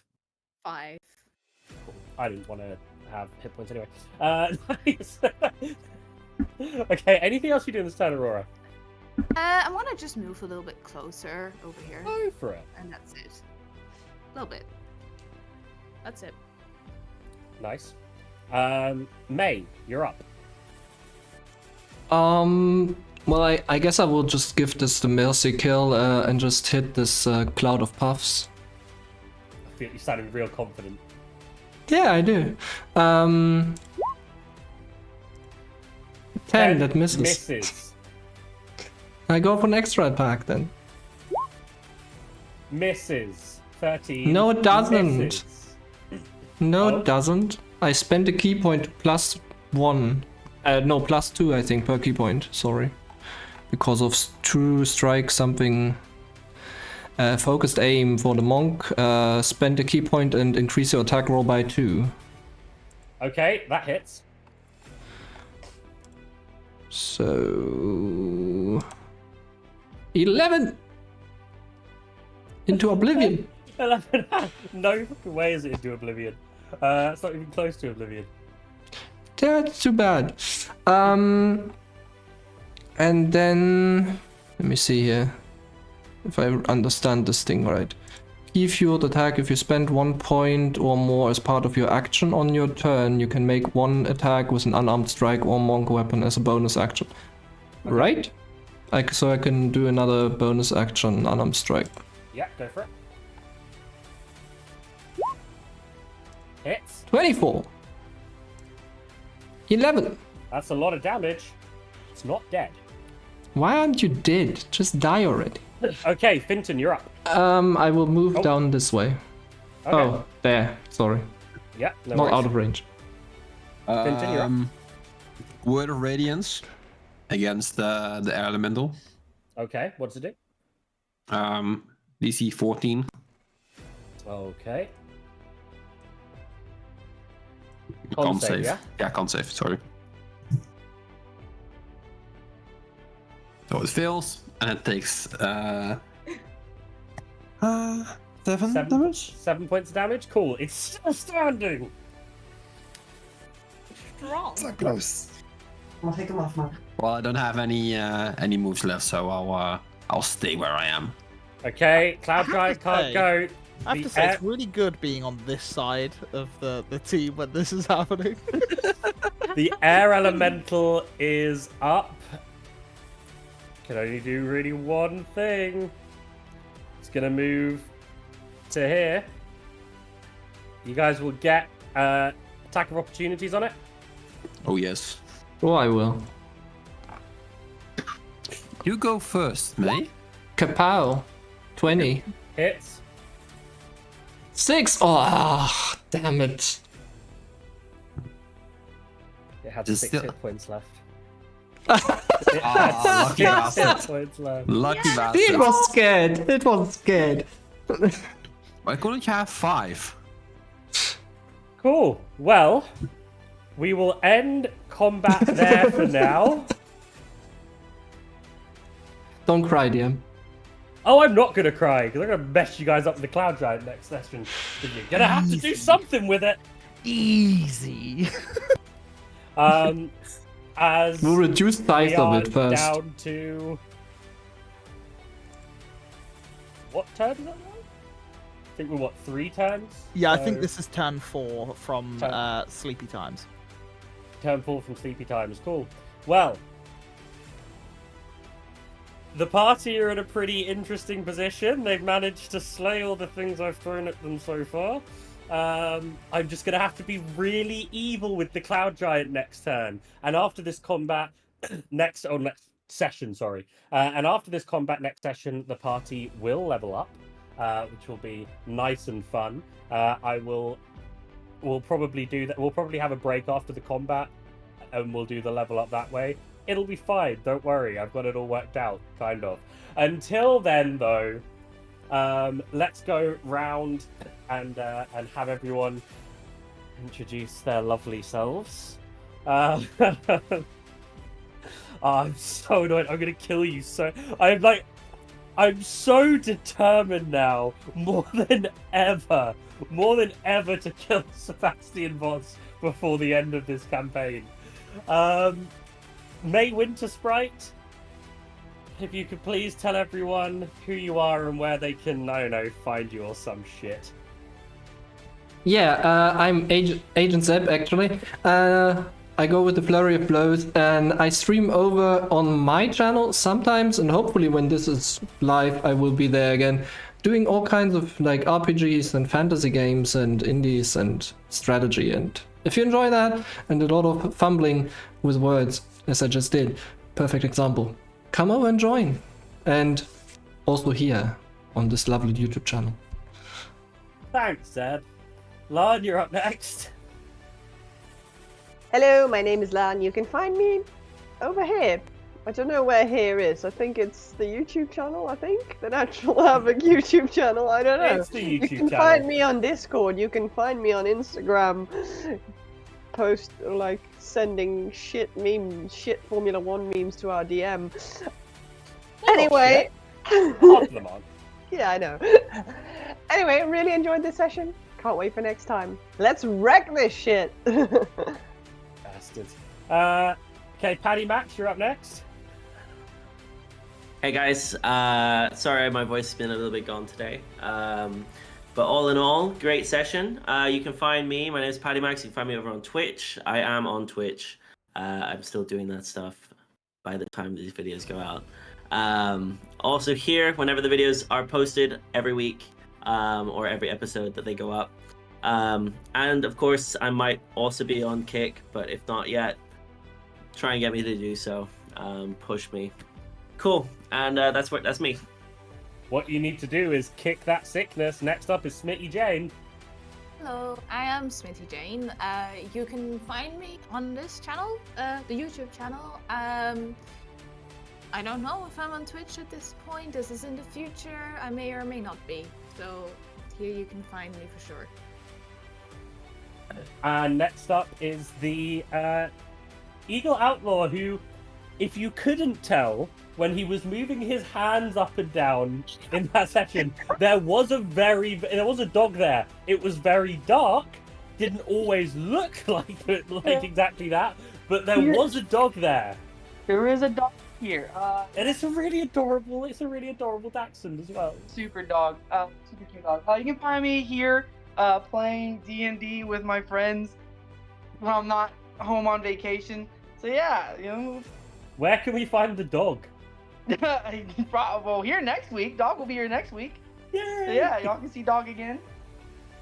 Yeah, that's it. Thank you, Eagle. And on Eagle's behalf, don't forget to social the follows. Social the follows. Next up is Tim. Yes, thank you. You can find me, aka Finton, here on the YouTube channel of Natural Havoc. That's like the only place I'll be in a couple of next weeks. I think the DM's mind, he has one question now, and I quote like a very famous F1 YouTuber with "Why?" But let's see what the battle brings. Thanks, Tim. And that's everyone who matters. So no. Matt, that's my name. I guess we'll hear from the Onion Suit next. And you can find the unkillable Sebastian here every week on Natural Havoc. But yeah, you can find me here to watch me play D&D and ruin Rez's life, because during the breaks between games, I antagonize him so that he attempts to kill me. And I was pretty scared at the beginning of this fight, I'll be honest. You threw some big bads at me, but the team, I think they outplayed just a little bit. And I am your DM and resident cuckold, and the man who really should have read the rule of waking out of a stupor with an action properly before I went into combat, but it's fine. I'm not completely bothered. I'm so bothered, and the next weekly monster is going to absolutely destroy them. Until then, though, no, I'm having a great time. I really enjoyed the dream sequences today. I hope everyone else is having a fantastic time as well. There's a lot more interesting things to come. What will happen next session? We'll have to wait and see. Usually I give you guys a little bit of a primer, but I can't give any spoilers. We're mid-combat. So make sure you tune in next week. I'm looking forward to seeing you. Everyone here is looking forward to seeing you. You can see me here and nowhere else, unless like in my Discord occasionally. But yeah, thank you all very much for coming and joining us. This has been Natural Havoc, and we will catch you next time. Bye!